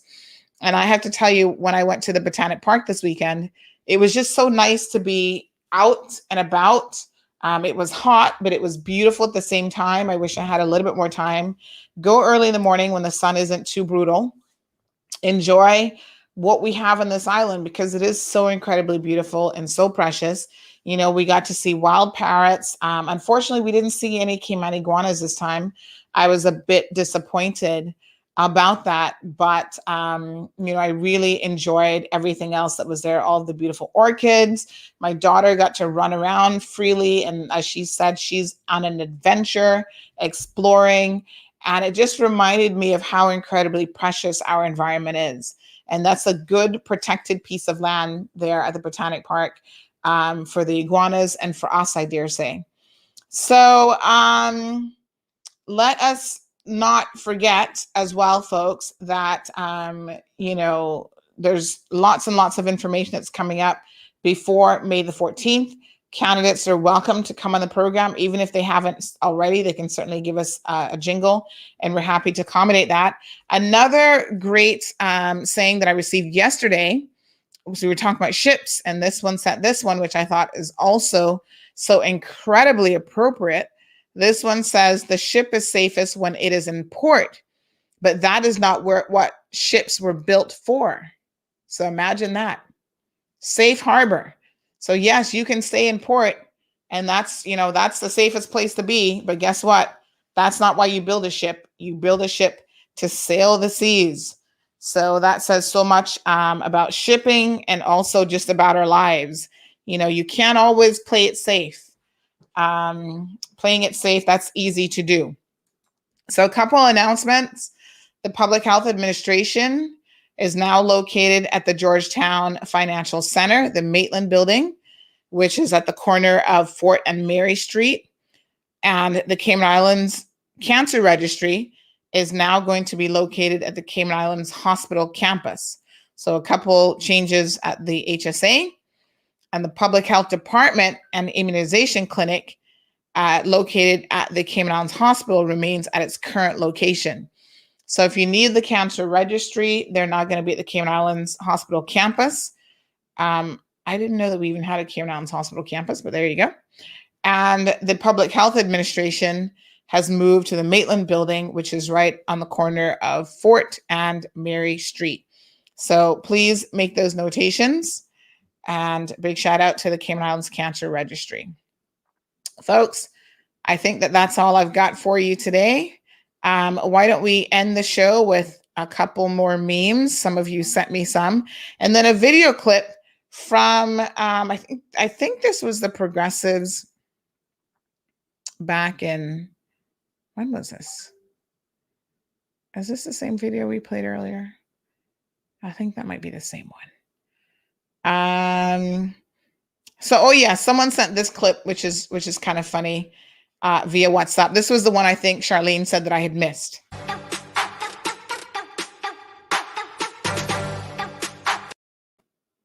So that was a short little clip.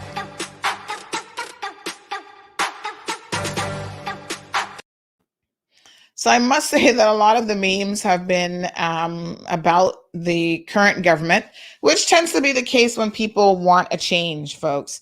You know, when people are fed up and they want to change, then, you know, it is what it is. And you'll see the memes tend to be in that particular area. Colin, we've passed your remarks on to Mr. Panton in case he missed them for him to review. And let's end the show.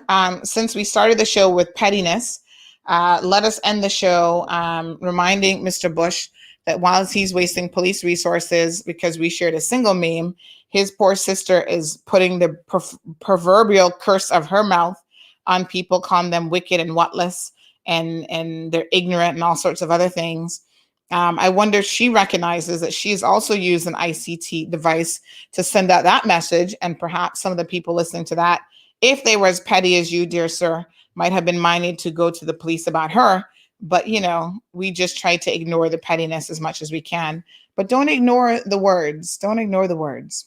And here they are. Good morning, folks.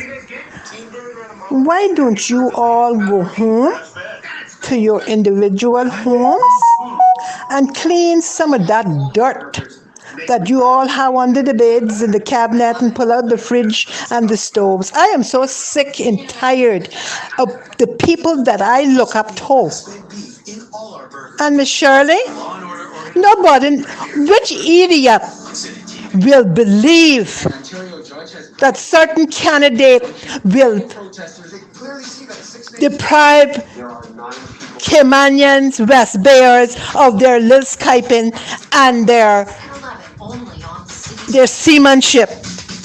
Why don't you all get up and do something that is valuable to the country and to your communities? Look, we got plenty of old people that don't know what it is to take a bath or to get their hair washed. That's what I'm going to do. Go out there and try to find something to do. Because what God got planned for McKeever Bush, you or nobody else can't stop it. So I'm gonna follow that Feather head or Mario. If I want to think that Mario E. Banks got a good plan for the crowd of idiots because of hate that I got to McKeever Bush. Be careful and stop making fun of people's sick children, because I'm not got nothing else to do. I am so sick and tired of the crowd of honor. But when God hit on I know what done it here, because I got so much hate in our heart for innocent people that has given all in all to this country. And what I have done, what you all have done. But if I was all then in his government, I would stop that Skyping and listen to me. And don't play with me because I don't keep nothing. Okay? Because I am a very fair person. They should be giving each one of us $1.99. See how much I will get. And too ungrateful. Too ungrateful. I don't expect no better from people that wasn't born in Cayman. I do not expect any better. But you all know the good that McKeever Bush has been in this country. But on the follow Mario, he got a good plan for her. Let me tell you something. I don't go Coral Gables, so look and see.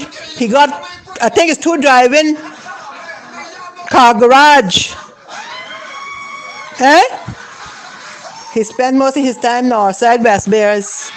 So I better have money to go into Georgetown and get a bus into Northside, and then better have extra money to pay him to carry him to his house, because he has spent all his time up there to get rid of a nuisance. Because that's what he had called it. And again.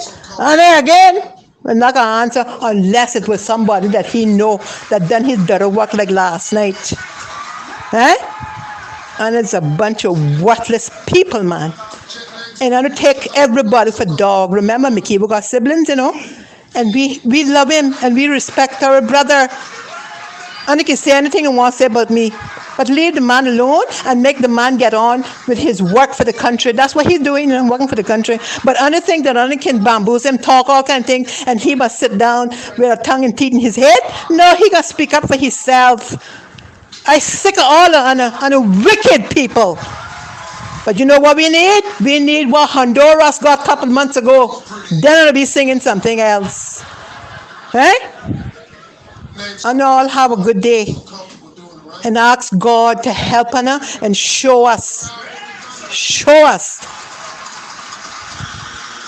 And we got some that living out of West Bay. From West Bay. They better talk about all the ganja that they're still smoking and alcohol that they drink and coming out to work, and people got to step away from them because they're so stink of alcohol. But everything works out for the better. They stay up in the bush where they is, because that suits them. West Bay is too good for them. I'm glad they're gone out. And I want my vote, and to do something about the discrimination that Caymanians face on a day-to-day basis within the workforce, and to do something about the bullying within the schools. Then you can talk to me. You do something about the unemployed people of my community.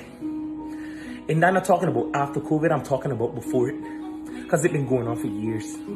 We vote you guys in and you guys go up there and you argue about nothing and make no changes. I'm tired of it, man. It's 2021. I can barely afford groceries, light, water, and I'm paying somebody else's mortgage. You want to know why? Because I can't even afford a house. I got my mother and my father asking me why I don't have a house. Your Cayman is no longer for Caymanians. And it hurts my heart to say that. That Cayman is no longer for us. What children have?